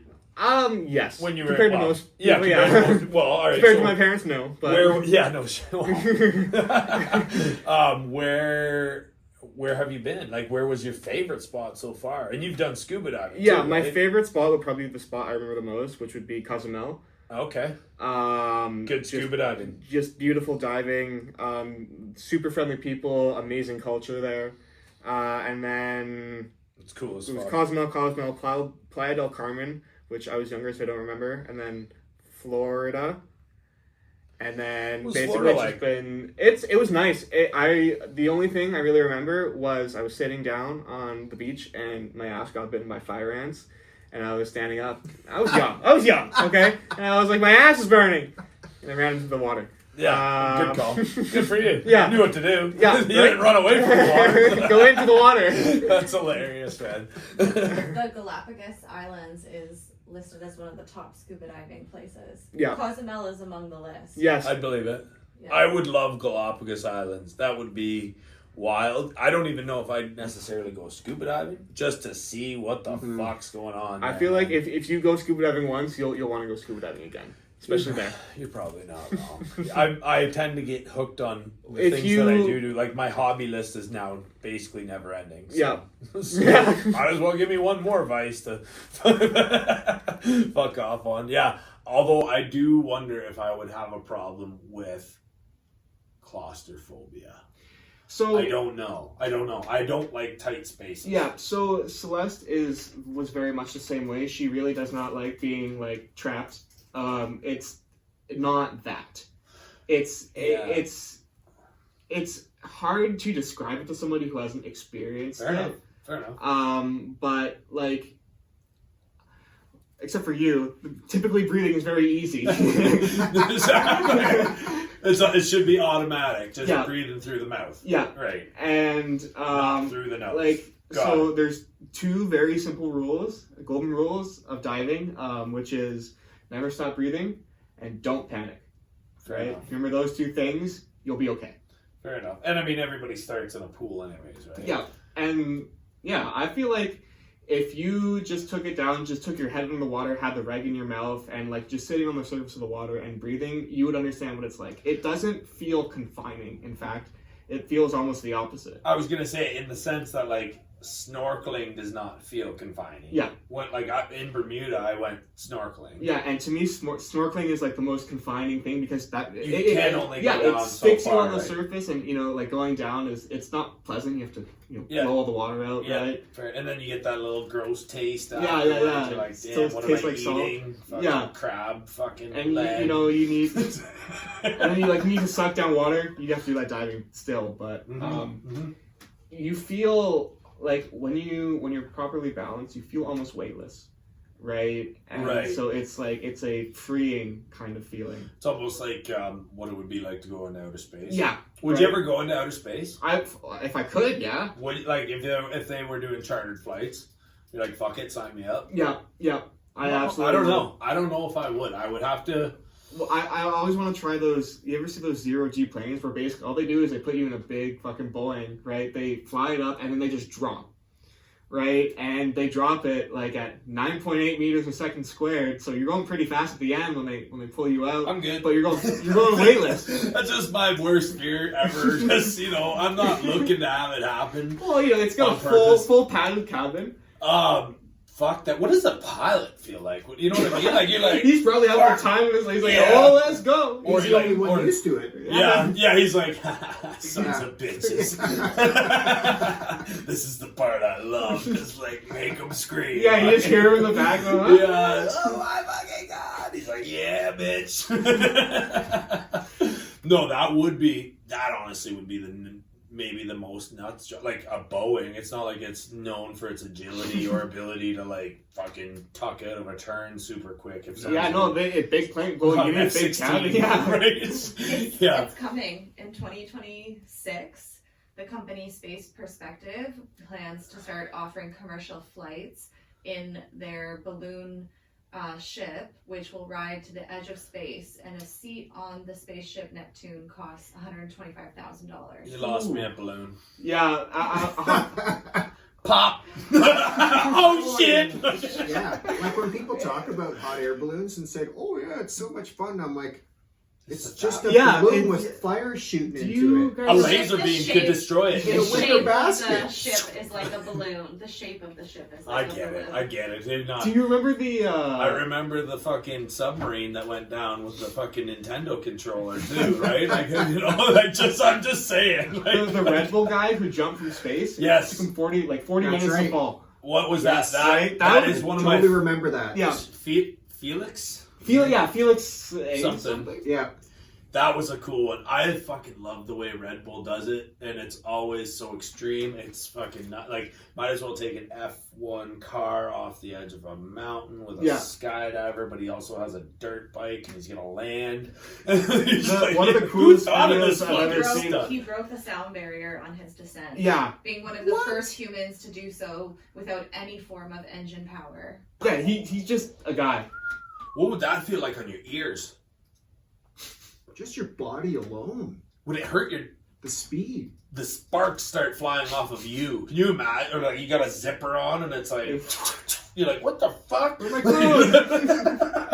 I think you're going so fast. I don't even think your mind can process he it. was in free fall for 4 minutes and 19 seconds. Oh, took him 40 minutes to get up, but that would just be terrifying. Imagine falling for 4 minutes. 4 minutes and 20. So you couldn't get that free last fall. second. It was 17 seconds shorter. Seconds. Than the record set previously in 1960. That would make you feel like Superman. Yeah. He'd be the one guy who'd be like, what was it like? And he'd be like, it's everything the comic books made it out to be. You know, just fucking, you're hitting the sound barrier. So how did he, like, he had a parachute. How did he slow down? Right? Because I feel like you're going like at the speed of sound. If you deploy that, right? Yeah, first one launches off, just gives you enough to slow down. Pull the second one. Yeah, you needed to. Yeah. Or I mean, you just have to pull your parachute further up. I would think, right? It would just be a matter. I guess like air. Yeah, it'd be a matter of calculation. Like they would have had him so Alan Eustace fucking studied, right? Actually broke Felix Baumgartner's record in 2014. When he made a free fall jump from the stratosphere. Oh. He didn't get any credit for it.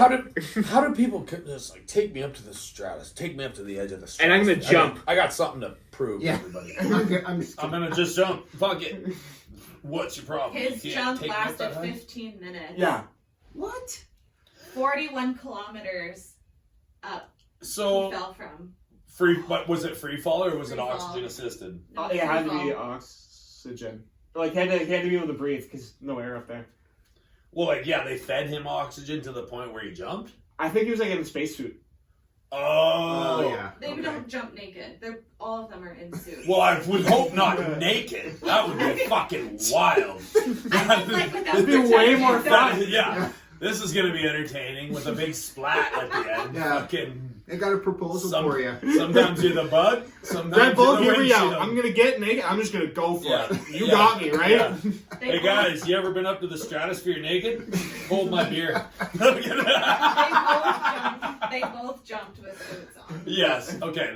All right. Like spacesuits. Yes. They look like highly spacesuits. fucking non-aerodynamic. That big bulky sumbitch coming down. Well, I mean, you think the air up there is so little, it doesn't matter. Yeah. No, that's nuts. I mean, props to it would have been even cooler. He starts shedding the shit on the way down. He's like, yeah, fuck it, I got helmet off. They said I couldn't go naked. Yeah. I'll show you, NASA, Red Bull, fucking assholes. No, that's cool, man. Those fucking stunts though, they always fascinate me. Like who thought of that? Why are we doing it? And another one that I absolutely love that Red Bull is always big to push is the wingsuits. I don't know if you guys have a fascinate. Yeah. There's a documentary that I had bought on Apple a long time ago. It was what's it called? It's the study of the evolution, the wingmen. I think it's called the Wingmen or something. But it was like a documentary about the evolution of donning a wingsuit and like making it work. And the guy, like, you're shaking your head because I'm the same way. I'm shaking my head. I would never do it, but I would never do it. But I like watching other people do it. Holy fuck, I love it. It's 100%. Called Wingmen, and it's the evolution of human flight. 3 of the world's most renowned base jumpers. Yeah. Do you remember what base stands for? Oh, fuck. Antenna. What's S? Buildings, antennas. Wasn't it safety or no? No, it was. E is Earth or right Earth. Or something. Yeah, something. Oh yeah, it's like things you can smash into. Yeah, basically things you should not fucking hit with your face. S is like structure.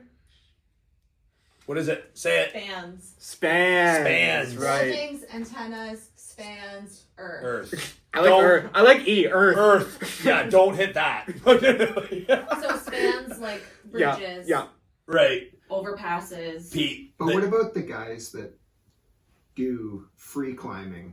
Oh, they climb towers. Like, have you seen some of those guys when they hold?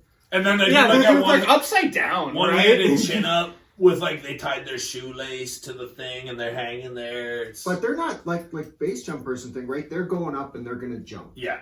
You're free climbers that just climb TV tower, like these crazy towers and buildings. You gotta climb back down. It makes me feel drunk. Or like when I see those, I know exactly. And they look down. And they've got their selfie, and you're like, you have to clear your eyes. You're like, I can't even fucking fathom being like it's like a pinprick, and they're like holding onto it like fucking Spider-Man. Here's a record. Alex Honnold climbed the entire 2,900 feet of this mountain. In 3 hours, 56 minutes without ropes, harnesses, or any protective equipment. Shout out to that dude. Yeah. For just saying I'm free balling it. I'm gonna raw dog this mountain. Climbed the El Capitan. It's a granite mountain. Look at that rock face. Yeah. We gotta get a TV in here. I'm convinced I need to see that because that's wild. Yeah. We're gonna put it right over we got a little spot there. We've got it picked out. It's gonna be great because then we can see what she's talking about. But that being said, like the intro to this wingsuit one too, right? It's just like you're looking up the side of a mountain and it's got like a fucking TV antenna or something, right? Like a broadcast thing. And it's just like that's the intro, and you're just staring at this thing and you're like, what the fuck's going on here? And then all of a sudden, fucking a guy, and you can hear like it's like that's the noise, right? Like it's Superman shit, like whoa, what the fuck? And they hit like. I don't even know how fast they go, but I'm like, can you imagine smacking into something with that fucking... Well, I mean, to be quick... That's it, we're done. Next existence, because that one ended quick. Well okay. Boom, a fucking bug. like that's what a bug feels like on your car. Yeah. No, I know, it's weird too, like, I think Seinfeld had a bit on this, like... the evolution of the helmet, right? Instead of just stopping doing the thing that required you to don a helmet in the first place, let's just make equipment that can withstand the impact instead, right? Us humans just, should we jump off this? No. Well, why don't we make a parachute just in case? Like, it's like we're stunned like that, aren't we? Yeah. My favorite is like, memes of all the guys talking about the first human to eat things, right? I mean, like Dave's, trying the mushrooms. The mushrooms, man. Right? I've always thought about the mushrooms, like, dude. They're like, oh shit, Dave's dead. Dave's dead. What did he have in his hand? Oh, all right. Don't eat these ones, guys. Yeah. Put that on the pictograph. Don't eat the red spotted ones. Fucking no shit. That would have been a tough one too. It's like Like you're like, go ahead. Okay, No, it's good. You go ahead. I want you to try. And what I think's like really funny is that spice is like designed to stop animals from eating it, right? Because it's spicy. But humans, like, if our food is not poisonous to us in some way, we don't like it. Like coffee, right? Coffee is poison. Like it kills dogs. And chocolate, right? Avocado. A lot of things that we eat kill other things. Yeah, it is very. It's almost as if we evolved to be the consumer of all these things that were here natural. Like we didn't want the planet to get overgrown with avocado trees, so I guess somebody's got to eat them. Let's cut them down and eat them. Fuck it.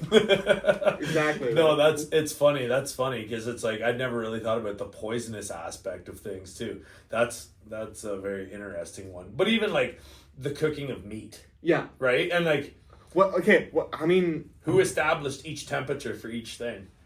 Because you've seen the graph, right? Like there's the big graph of all the things that you ought to cook and what temperature, and I can't help but wonder. One of my favorite is which poor bastard had to suffer through that. Yeah, safety laws are written in blood. Yeah.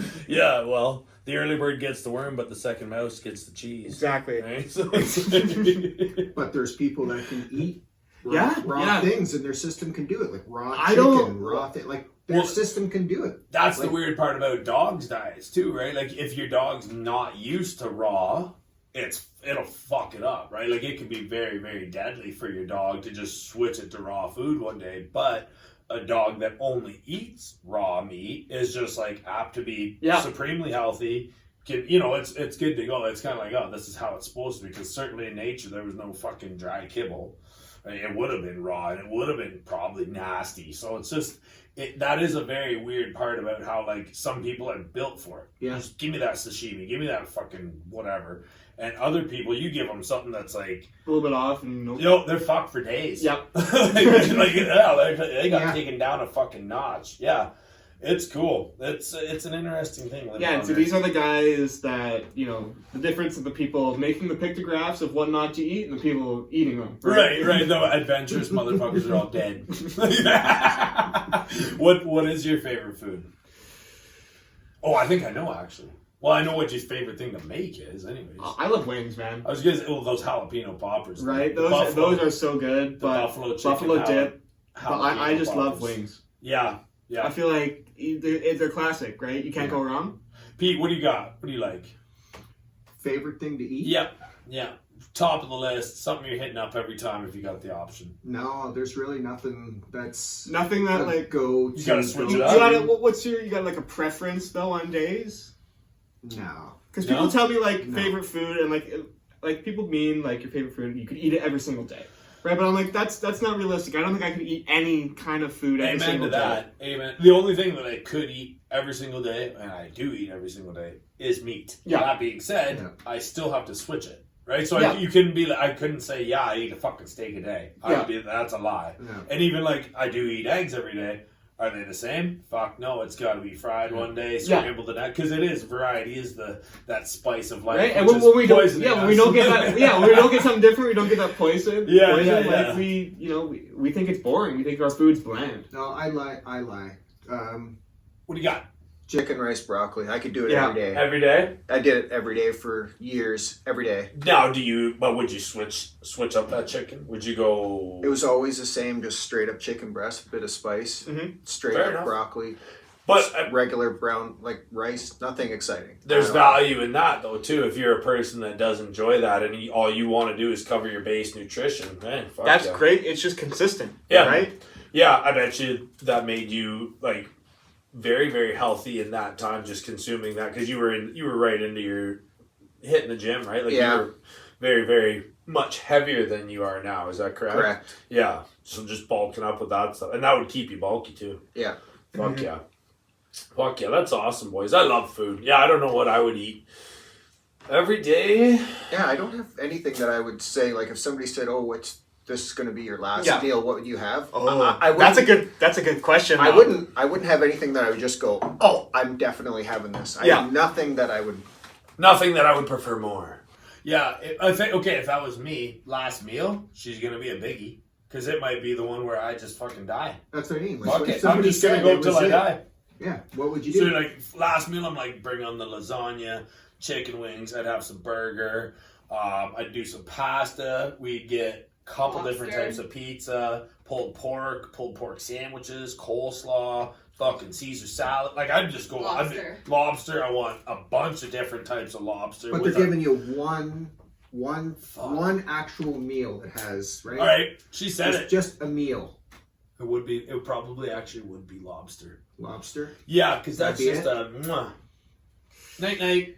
Going to the long sleep now. I either just gotta go like a classic like baconator burger or a wing, like some sort of. Wings could be up there too. I mean, those dill pickle wings, bro. Those fucking dill pickle wings. With wings, JJ's. I think I like wings is like kind of a cheap choice because you can choose different flavors. Yeah, right. It's like saying like pizza, but like I can eat pizza every day, but like you're eating pepperoni pizza one day, deluxe the next, right? It's different. Fair enough. Right? I'm not like eating pepperoni. I don't say I'm gonna eat pepperoni pizza every single day. Because you want to make sure you get it right. Because if all of a sudden you get it, and you start eating it, and you go, oh. Yeah. Right? That's not. I really wish it came with some fucking sauce. That's not really what I want. Ketchup. Yeah, you like fish and chips, but they don't give you the tartar sauce or something. You're like, no. That's doesn't count. That's a send it back. Yeah, exactly. But I mean, hey, it's like if you have to last meal, you better be very specific. I want extra tartar sauce. Yeah. You know what I'm saying?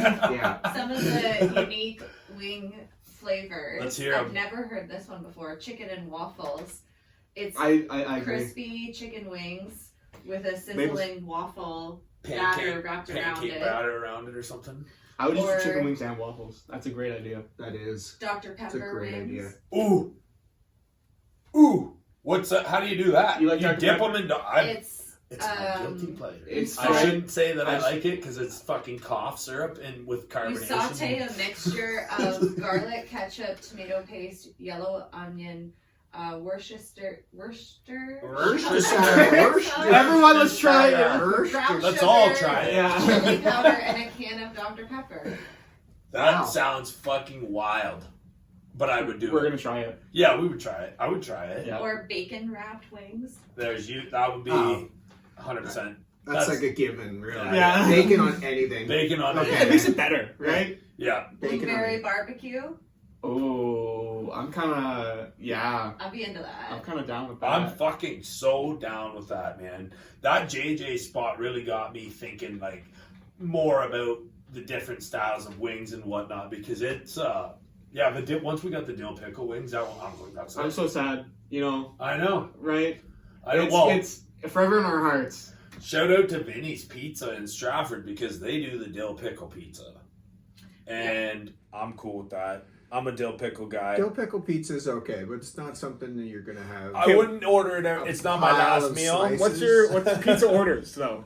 What do we get? I'm particular. Okay, I like. Let's hear it. I do extra sauce, and I tell them to do spicy sauce. They mix like Frank's Red Hot into the sauce as they make it, right? Now is this like Pazos? Or what are you doing? It depends on what I'm feeling, but if I'm if I'm feeling up to it, feeling a little freaky, I'll go to New Orleans because it's just greasy, but it's good as fuck. Shout out to New O's, bro. The amount of hangovers that those fucking guys have cured. And they're open late, 2 a.m. Their chicken Caesar, bro. So Chef's kiss. Yeah, and you know it. They're fucking, dude, they got the best fucking chicken. And I do pepperoni. What are we doing for lunch? They don't do. They used to do goat cheese. Goat cheese on pizza is amazing. It's creamy. I like gives it Pazos does it, right? Yeah, they do it. I get it at Pazos every time. Fucking right. But New Orleans got rid of it. Oh, tragedy. If they got to give me a last pizza, I'm going Hawaiian all day. That's a bold choice. I like that, bro. And do you like olives? No. Okay, we do Hawaiian, added olives. A little bit of a salty sweet combo with that pineapple. They're overpowering sometimes. Fair For enough. me, they take over. Fair enough. I never really liked I would prefer pepperoni to the ham.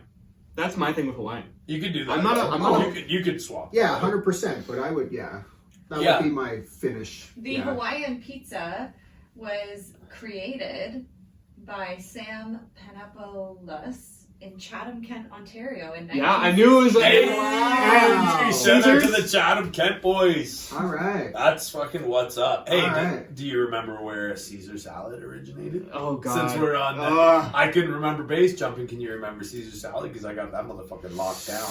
Don't even look it up. I know it. Mexico. Hey, Tijuana. Yeah. Tijuana, Mexico is the origination of the Caesar salad. I like purpose.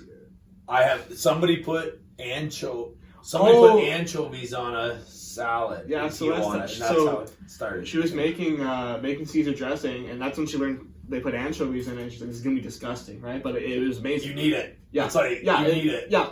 My uncle was allergic to shellfish. He no longer is. He got whatever anti-allergy treatment, or I don't even know how it works, but he no longer is allergic to. What's up? Here's the spin on it, though. Was I wrong? No, Caesar salad was created in Tijuana, Mexico, but it was created by an Italian immigrant named Cesar Cardini at his Italian restaurant in 1924. Plot twist. Plot fucking so twist. So it is Italian generated, but while he was an immigrant in Mexico. And it has nothing to do with no. Caesar Augustus, Julius Caesar. No, the person who made him, his first name was Caesar. Caesar Cardini. Caesar Cardini. So he just, interesting. Be like if your name was Jesus and you did something cool. Everybody would just assume it was the big one. Like it's like, oh man, I love Jesus' pizza. You're like, no, I'm Jesus. Interestingly, he actually created it on the long leaves of romaine lettuce, and it was intended to be eaten by hand. So you hold the full leaf like a taco with a stem, and you eat the salad with its a lettuce toppings. Taco. The cutting and tossing was a later development. Very cool. The old toss of the salad. The original salad featured whole romaine leaves. I had to. I'm sorry. I shouldn't have went there. It's fine. But no, that taco, lettuce taco. That would be cool. I'd be down. To try it like that? Fuck absolutely. Those tortillas. Let's do some lettuce. I'm down. I would do it. And it had anchovies all layered into it nicely? Is that where that comes from in the dressing? Then I take was it like the anchovies in the dressing? Or? It was the anchovy paste. I don't know if it was originally though, because it's like anchovies on pizza. Yeah, it was like a huge thing. Like my dad used to fucking order it all the time, and now it's off the menu. Yeah, I don't think they sell that shit anymore. I don't even think it's a thing you got to go to the grocery store and buy a tin of anchovies and warm them up separately. Yeah, so it was whole romaine lettuce leaves, a raw egg yolk, Italian olive oil, grated Parmigiano cheese, Worcestershire all that stuff again. The W sauce, lime juice, and a toasted baguette. What the fuck? That's not juice. Even what I know a Caesar salad. Isn't it fun? That's like a game of telephone, but with food. We should just go to the grocery store. So here we go. Here's a little idea for us. All right. We'll go to the grocery store. We will video ourselves in the grocery store. We'll put all those things. We'll pick all those ingredients out of the grocery store, and we'll look at them and go, "What are we making? Does this really all work together? Is this really how this goes?" Amen. But it's like that is like a game of. I find that so interesting with food nowadays because it was one thing when it started, and now it is what we know it as. Yeah. Right. Even pizza. Pizza was not this huge crusted giant. It used to just be this little dish in Italy, very thin crust, and eat it with a fork and a knife. No such thing as slices. But to tell a kid, yeah, you eat a pizza with a fork and knife, they're like, no, the fuck I do. You know what I mean? And like even that Caesar salad. You give me that version of Caesar salad, I'm like, I think your fucking kitchen's broken. Can I have a Can you mix it, please? Yeah, chop it all up. But now that you think, right? Oh, so yeah. Now that I'm already starting to think about these things together, right? You got the baguette, so there's your croutons, right? It just all breaks down. It converted into something else, right? Exactly. Like the raw egg. The raw egg turned into a fucking salad dressing. What was the bakery that made the chocolate chip cookies that was also on the trivia? Oh yeah, fuck. There was our trivia girls. She's just got to head out for a moment, but there was so much of that trivia.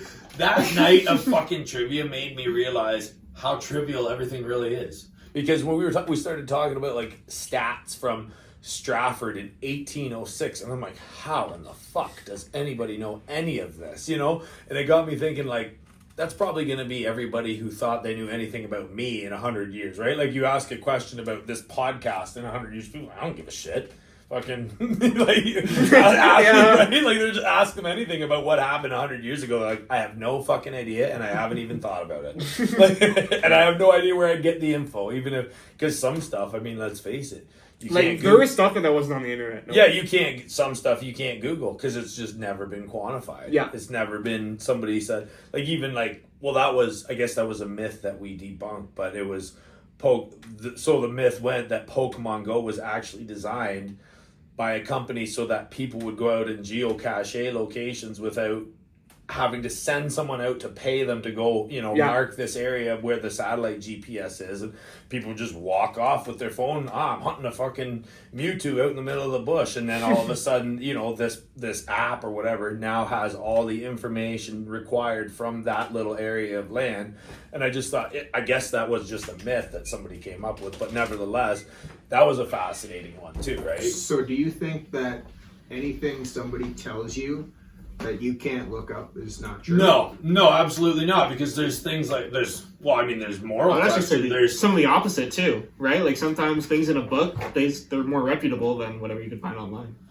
Yeah, I mean, I think probably one of the biggest advantages that I ever had was that I was just a naturally objective thinker, and I mean, so it's like not necessarily. I mean, when we type stuff into the search bar, you have to kind of consider who's on the other end of the search bar curating the info that we then see. Or like, you know, I think it's weird now because the way that AI works is it scours so much of a massive database that unless everyone was lying about whatever it is that you're looking into, it's probably going to give you a fairly accurate depiction of what you're searching for. Whereas opposed to like maybe a few years back, you kind of had to wonder, who curated this and what were their viewpoints, and you know, what are they choosing to push on me and what are they choosing to leave out by omission. And there's, you know, you have to ask that even when you hear a news report or you are reading a book, like reading that biography of Elon Musk or reading the Tupac biography. Who wrote it? Why did they write it? Where did the information come from? Those are all just, and like you said, no, I don't necessarily know that.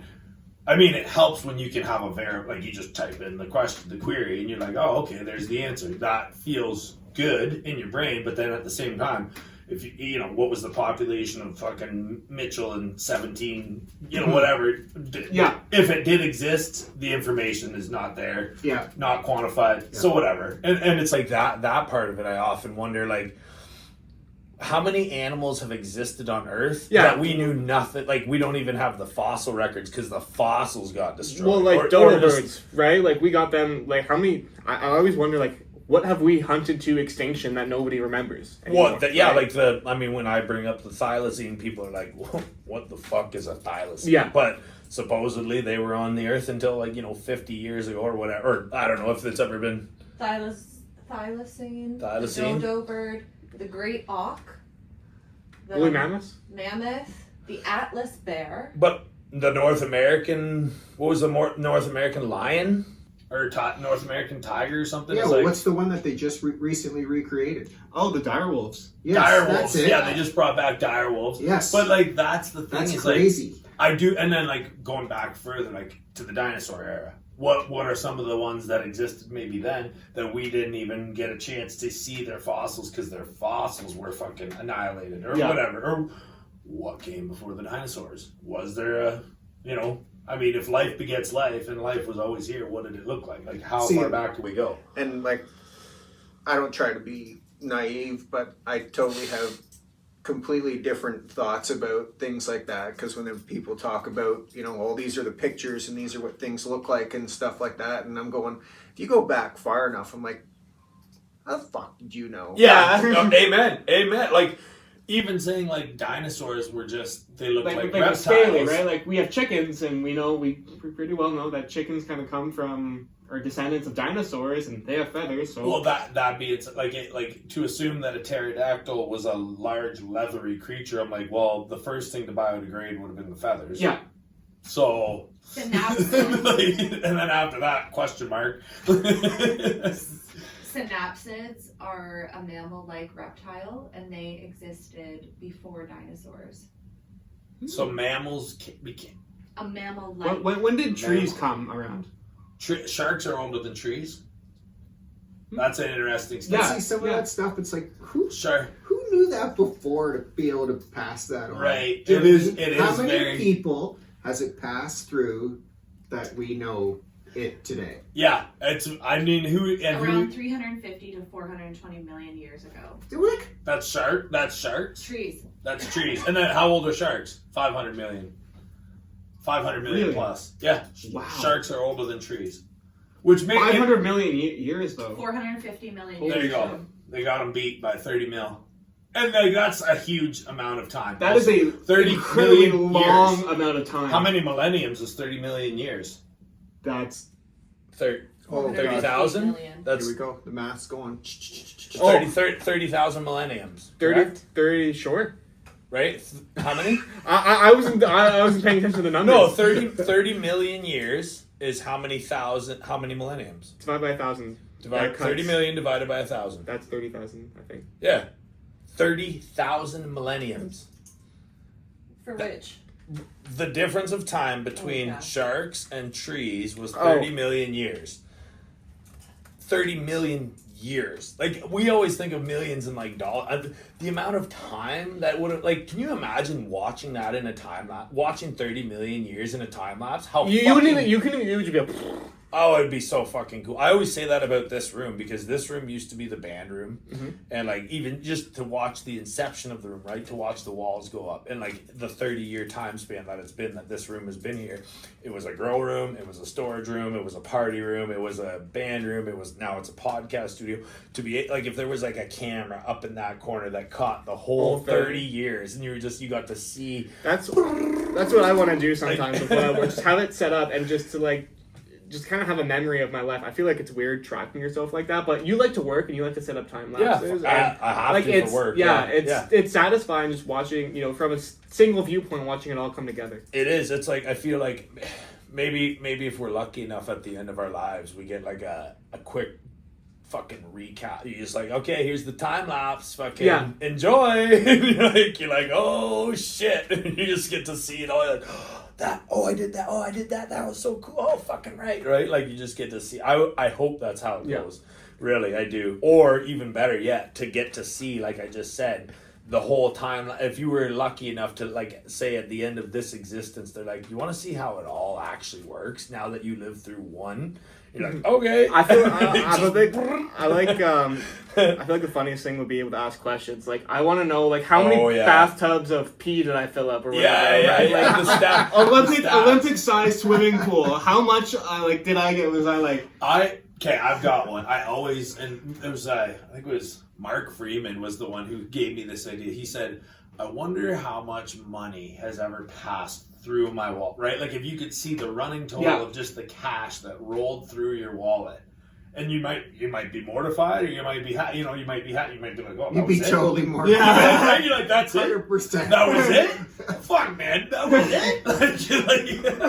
it. But one of the noteworthy characteristics of sharks, allowing them to survive through multiple extinction events, is their dietary generalism. Oh, like humans. Like humans. Yes, and so they're not picky eaters. They eat shark. They can adapt to different environments, so they go to the deepest parts of the sea, and then they're not picky eaters. So it's interesting because I conclude not being a picky eater is a survival tactic. Yeah, damn right. Omnivorous creatures tend to just do better overall. Well, it's also easier to maintain it's certainly easier to maintain your health as a generalist than to be a specific hunter, right? Because it's like birds only eat, like they only eat meat, right, or whatever. So again, you get into a position where there's no meat around for a while, and you're just kind of out there flying. You're like, well, this is how it ends. Boom, into the ocean we go, and then the shark gets you. So it's like there's a theory here that dinosaurs were likely plagued by air pollution as part of their extinction with the environment changing. Right. And sharks likely survived off the carcasses of dinosaurs washing into the oceans. Oh, interesting. Life is so dark. Yeah, but like also like not like as dark as that is, you're like, yeah, that would be the natural progression of things. And I mean, why wouldn't it? Like, if I was a shark, I'd be like, their survival was dependent on the extinction of another thing. Yeah, for sure. On land. That's literally the essence of life. Correct. Right? Yeah. Life eats life. Yeah. That's like being picky. I could not, I'm a picky eater, so I could not be one of those people that goes on any of those shows because I'd be like, they're like, well, you got to eat this in order to survive. I'd be like, no. Yeah. But it's I'm funny. done. It's funny though, too, because like at the same time as you say, like, picky eater, you might even still be far more of a generalist than you even would give yourself credit for. Or like, there might be a level of pickiness above yours where a person's like, all I eat is Cheerios. Yeah. Like, that, don't even offer me a glass of water. Or, you know what I mean? Because you still are like, you know, the chicken, the rice, and the broccoli. That's still a pretty wide array of food, really, if you think about it. Because, like, there are people in the world that I'm sure would only eat one of those, right? Only rice, only chicken, only broccoli. So, but are you going out somewhere and getting dropped off, and are you going to be okay? Are you that? Is your palate that open that you can do it? I'd I would. I know what you mean. I know exactly. Like, if they dropped you off in the Amazon, would you fucking start picking fruits off the trees, or would you? The situation alone, I'd be fucked. As soon as you drop me and I look around, I go, time out. Reset. Where's the reset? I'm out. Yeah. Call the plane. I need a ride. Yeah. Yeah. That's funny. I don't know. I've been to lots of other countries and kind of at least tried to subject myself to their food. It can be tough, and in a certain, like, if you don't know. Okay, so you go to a resort. They have health standards. They want your business repeatedly. You go to a tribe in the fucking Amazon, they don't care if you live or die. They don't care about the quality of the meat they might not cook the meat. You know what I mean? Yeah. So there's lots of little nuances, again, considering the source. You know, you gotta be at least like, sure, I'll go to a restaurant and try their local cuisine, but yeah, to just drop me off, like if I was in the middle of Siberia and they're like, here, eat this, I don't know what Siberian dish you could just serve me up instantly, and bear, eat this bear, or like eat this raw fucking seal blubber, or, you know, eat this chunk of narwhal, or I'd be like, we should, like, am I good? Yeah. I would do it, but then I would also probably be fully ready to accept the cost. Like, depending on how hungry you are, because like they always say, if you're not willing to eat it, you're not as hungry as you think you are, right? And there is a certain amount of truth to that, because I would think that if any one of us were in survival starvation mode and somebody offered you just straight whale blubber or something, you're probably just gonna nosh on it just so you stop feeling so terrible. But I mean, yeah, if, like you said, you drop me in the middle of the Amazon, I'm going to think about the grubs for a little while. Like, I'm going to be like, okay. And then I'd probably just, like, boom, pop one and just, like, do it. Because I don't think I could do it a lot. Like, couldn't eat something alive that's, like, squirming in my mouth and fucking, that's, like, I couldn't, I might die if it was just live grubs we had to eat. Like, can we kill them? Can we fry them? Can we just little butter or something? Just a petite put of something else, salt, pepper, maybe. You guys like pie irons? What's that? Pie irons. What's a pie iron? Yeah. I don't know. I've just been getting back into them. It's like a little. It's hard to describe. Basically, you make a pie. You kind of put it in this little. How would you even describe it? Is it like the 2-piece one? Yeah.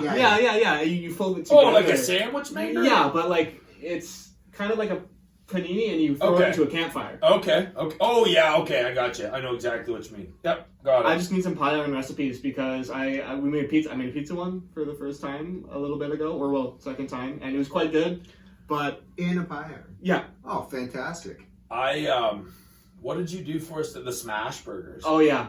Oh my god, I want to make those again. I need your recipe for smash burgers, bro. It's so simple. But the sauce too, right? You did a sauce up last time. The sauce is me just like mixing until it feels right. Yeah, you know, that's good, man. I like that style. Go until it feels right. That's okay. It's that's cool. It's like 1 part mayo to like 50% mayo, 25% ketchup, 25% relish, mustard, other shit. You mix it together, you taste it, and then you see what you need. Dollop from there. Dollop from there. And then like the burger is really easy. All it is I just get good quality meat. It doesn't have to be super good quality meat. It doesn't have to. It can just be. But when I bring you that farmer's market stuff, you're like, yeah. Let's go. I'm like, I know what we're doing tonight. Yeah, and the buffalo chicken dip too. Yeah. We cut open some jalapeno. We actually do eat quite well, don't we, Jackie boy? Yeah. A little bit of burger action, a little bit of buffalo fucking chicken action. Let's go. Yeah, spicy food though. You don't like spicy. I can't. No, that's can't okay. do spicy. Yeah. What's your limit? Do you have a are you kind of like no pepper at all? No, I'm good with that. Yeah, that's cool. When I can smell it. Yeah, that's kind of. Yeah. What did we eat the other night where I was like, am I enjoying this? Oh, it was that I got a new hot sauce. Yeah. Do the hot ones? Carolina. It was Carolina Reaper from what's the one in New Hamburg? Garlic King. Yeah. Garlic King. It's bitchin' hot. Like hot to the point where I opened the bottle and like you said, if you can fucking smell it, I was like, I'll do it. I'm gonna do it anyways. But then I started eating it with Carolina Reaper's on the highest bill chart. But I was like, is this fun? I don't know. Yeah. I was like why am I? I was enjoying myself with this breakfast, and now I'm hurting. So should I keep doing this? But the Scotch bonnet one, I feel like for me personally, I need to just combine the two to dilute the one down and to bring the other one up, because one's almost a little sweet and one's just too much for me. But I figure like if I could get them right in the middle, sweet heat for me personally, I'd be laughing. But yeah, it was enough to be like and like I think I need a glass of milk. Yeah. Like I never drink a glass of milk. So I don't do the spicy, but when I get something and you start to eat it and it is spicy, but you're like, oh, it's good. Yeah. I can't stop. Right? And you just keep going. Interestingly enough, this one here made a batch of meatballs one time with, she's laughing because it was so funny for her. I had a fucking sriracha bottle, but the nozzle broke off it. So it was just sitting in the fridge and I was like, I don't like it sitting open, whatever. So I put it into a fucking mason jar.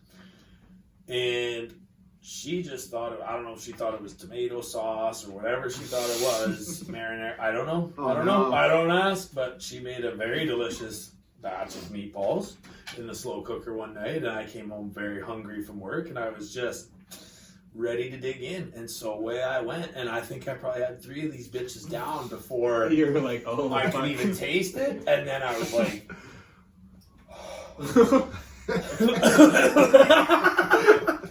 What's wrong? What did you cook these? Mouth is fucking frothing, drooling. I'm drooling. Like, what did you cook these? Oh, there was a jar of tomato sauce or something in the fridge. Was it in the door? Yep. That was not tomato sauce. And I'm just I was a little bit cheesed because I was very hungry that night, and I had to leave the table because it was just like, ooh. Oh yeah, like bad, like this is hurting inside, internal dialogue saying get me gone. So but as it turned out, it was one of those things where, I mean, I think it was probably more so the initial shock of not right? Even knowing what you're getting into. Thinking you're just eating a fucking meatball. All right, fine, cool. I know I've done this 1 trillion times. Let's go.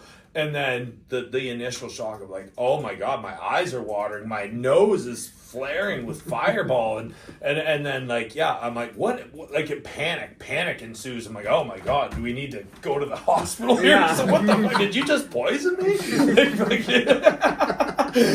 But then like after that initial shock and the cool down and wipe the tears from the eyes, and I was like, all right, let's eat. Like I got right back into it. I was like, fuck it. Did it once. It was actually pretty good. And like you said, there are those certain times where if you know and you've come to expect it, you're like, fuck it. Like that chorizo meat that we had in Mexico for our, at the resort. They'd serve it every morning, but it was just that nice enough. Like I was like, okay, just enough to make it like tasty, but not morning. Yeah, you don't want to fucking have an uncomfortable day. Fuck boys. Now we've been doing all this talking about food. I'm getting hungry. Yeah? What do you guys think? What do you think? We cover enough topics here? I think so. That was like, that was a good one. That was a really good one, man. I really appreciate you coming out here. We've been talking about this for a long time. I know, and I'll be back, for Dude, sure. 100% you'll be back. We got so much more to talk about, but thank you very much for coming out here and celebrating. Thank you for having me. It was a ton of fun. May the 4th be with you. Yeah. Fucking Yoda it up. Oh, here. We gotta put it back on. Put it back on. You want to be Darth? I can be. Let's May both be Yodas. I can be a stormtrooper. You be a stormtrooper this time. I love the stormtrooper. Look. Yoda, I am. Oh, I just launched mine. You can take your headphones off. All right. Headphones off. They're part of the Darth Vader costume. My mask on. Oh, you look good. I'm putting my headphones on. I'm way cooler as a stormtrooper. You look awesome. 100%. Fuck yeah. I probably shouldn't go above, but I'm just going over all of it. No, this is perfect. I can't see where the camera is. I'm just getting thumbs up.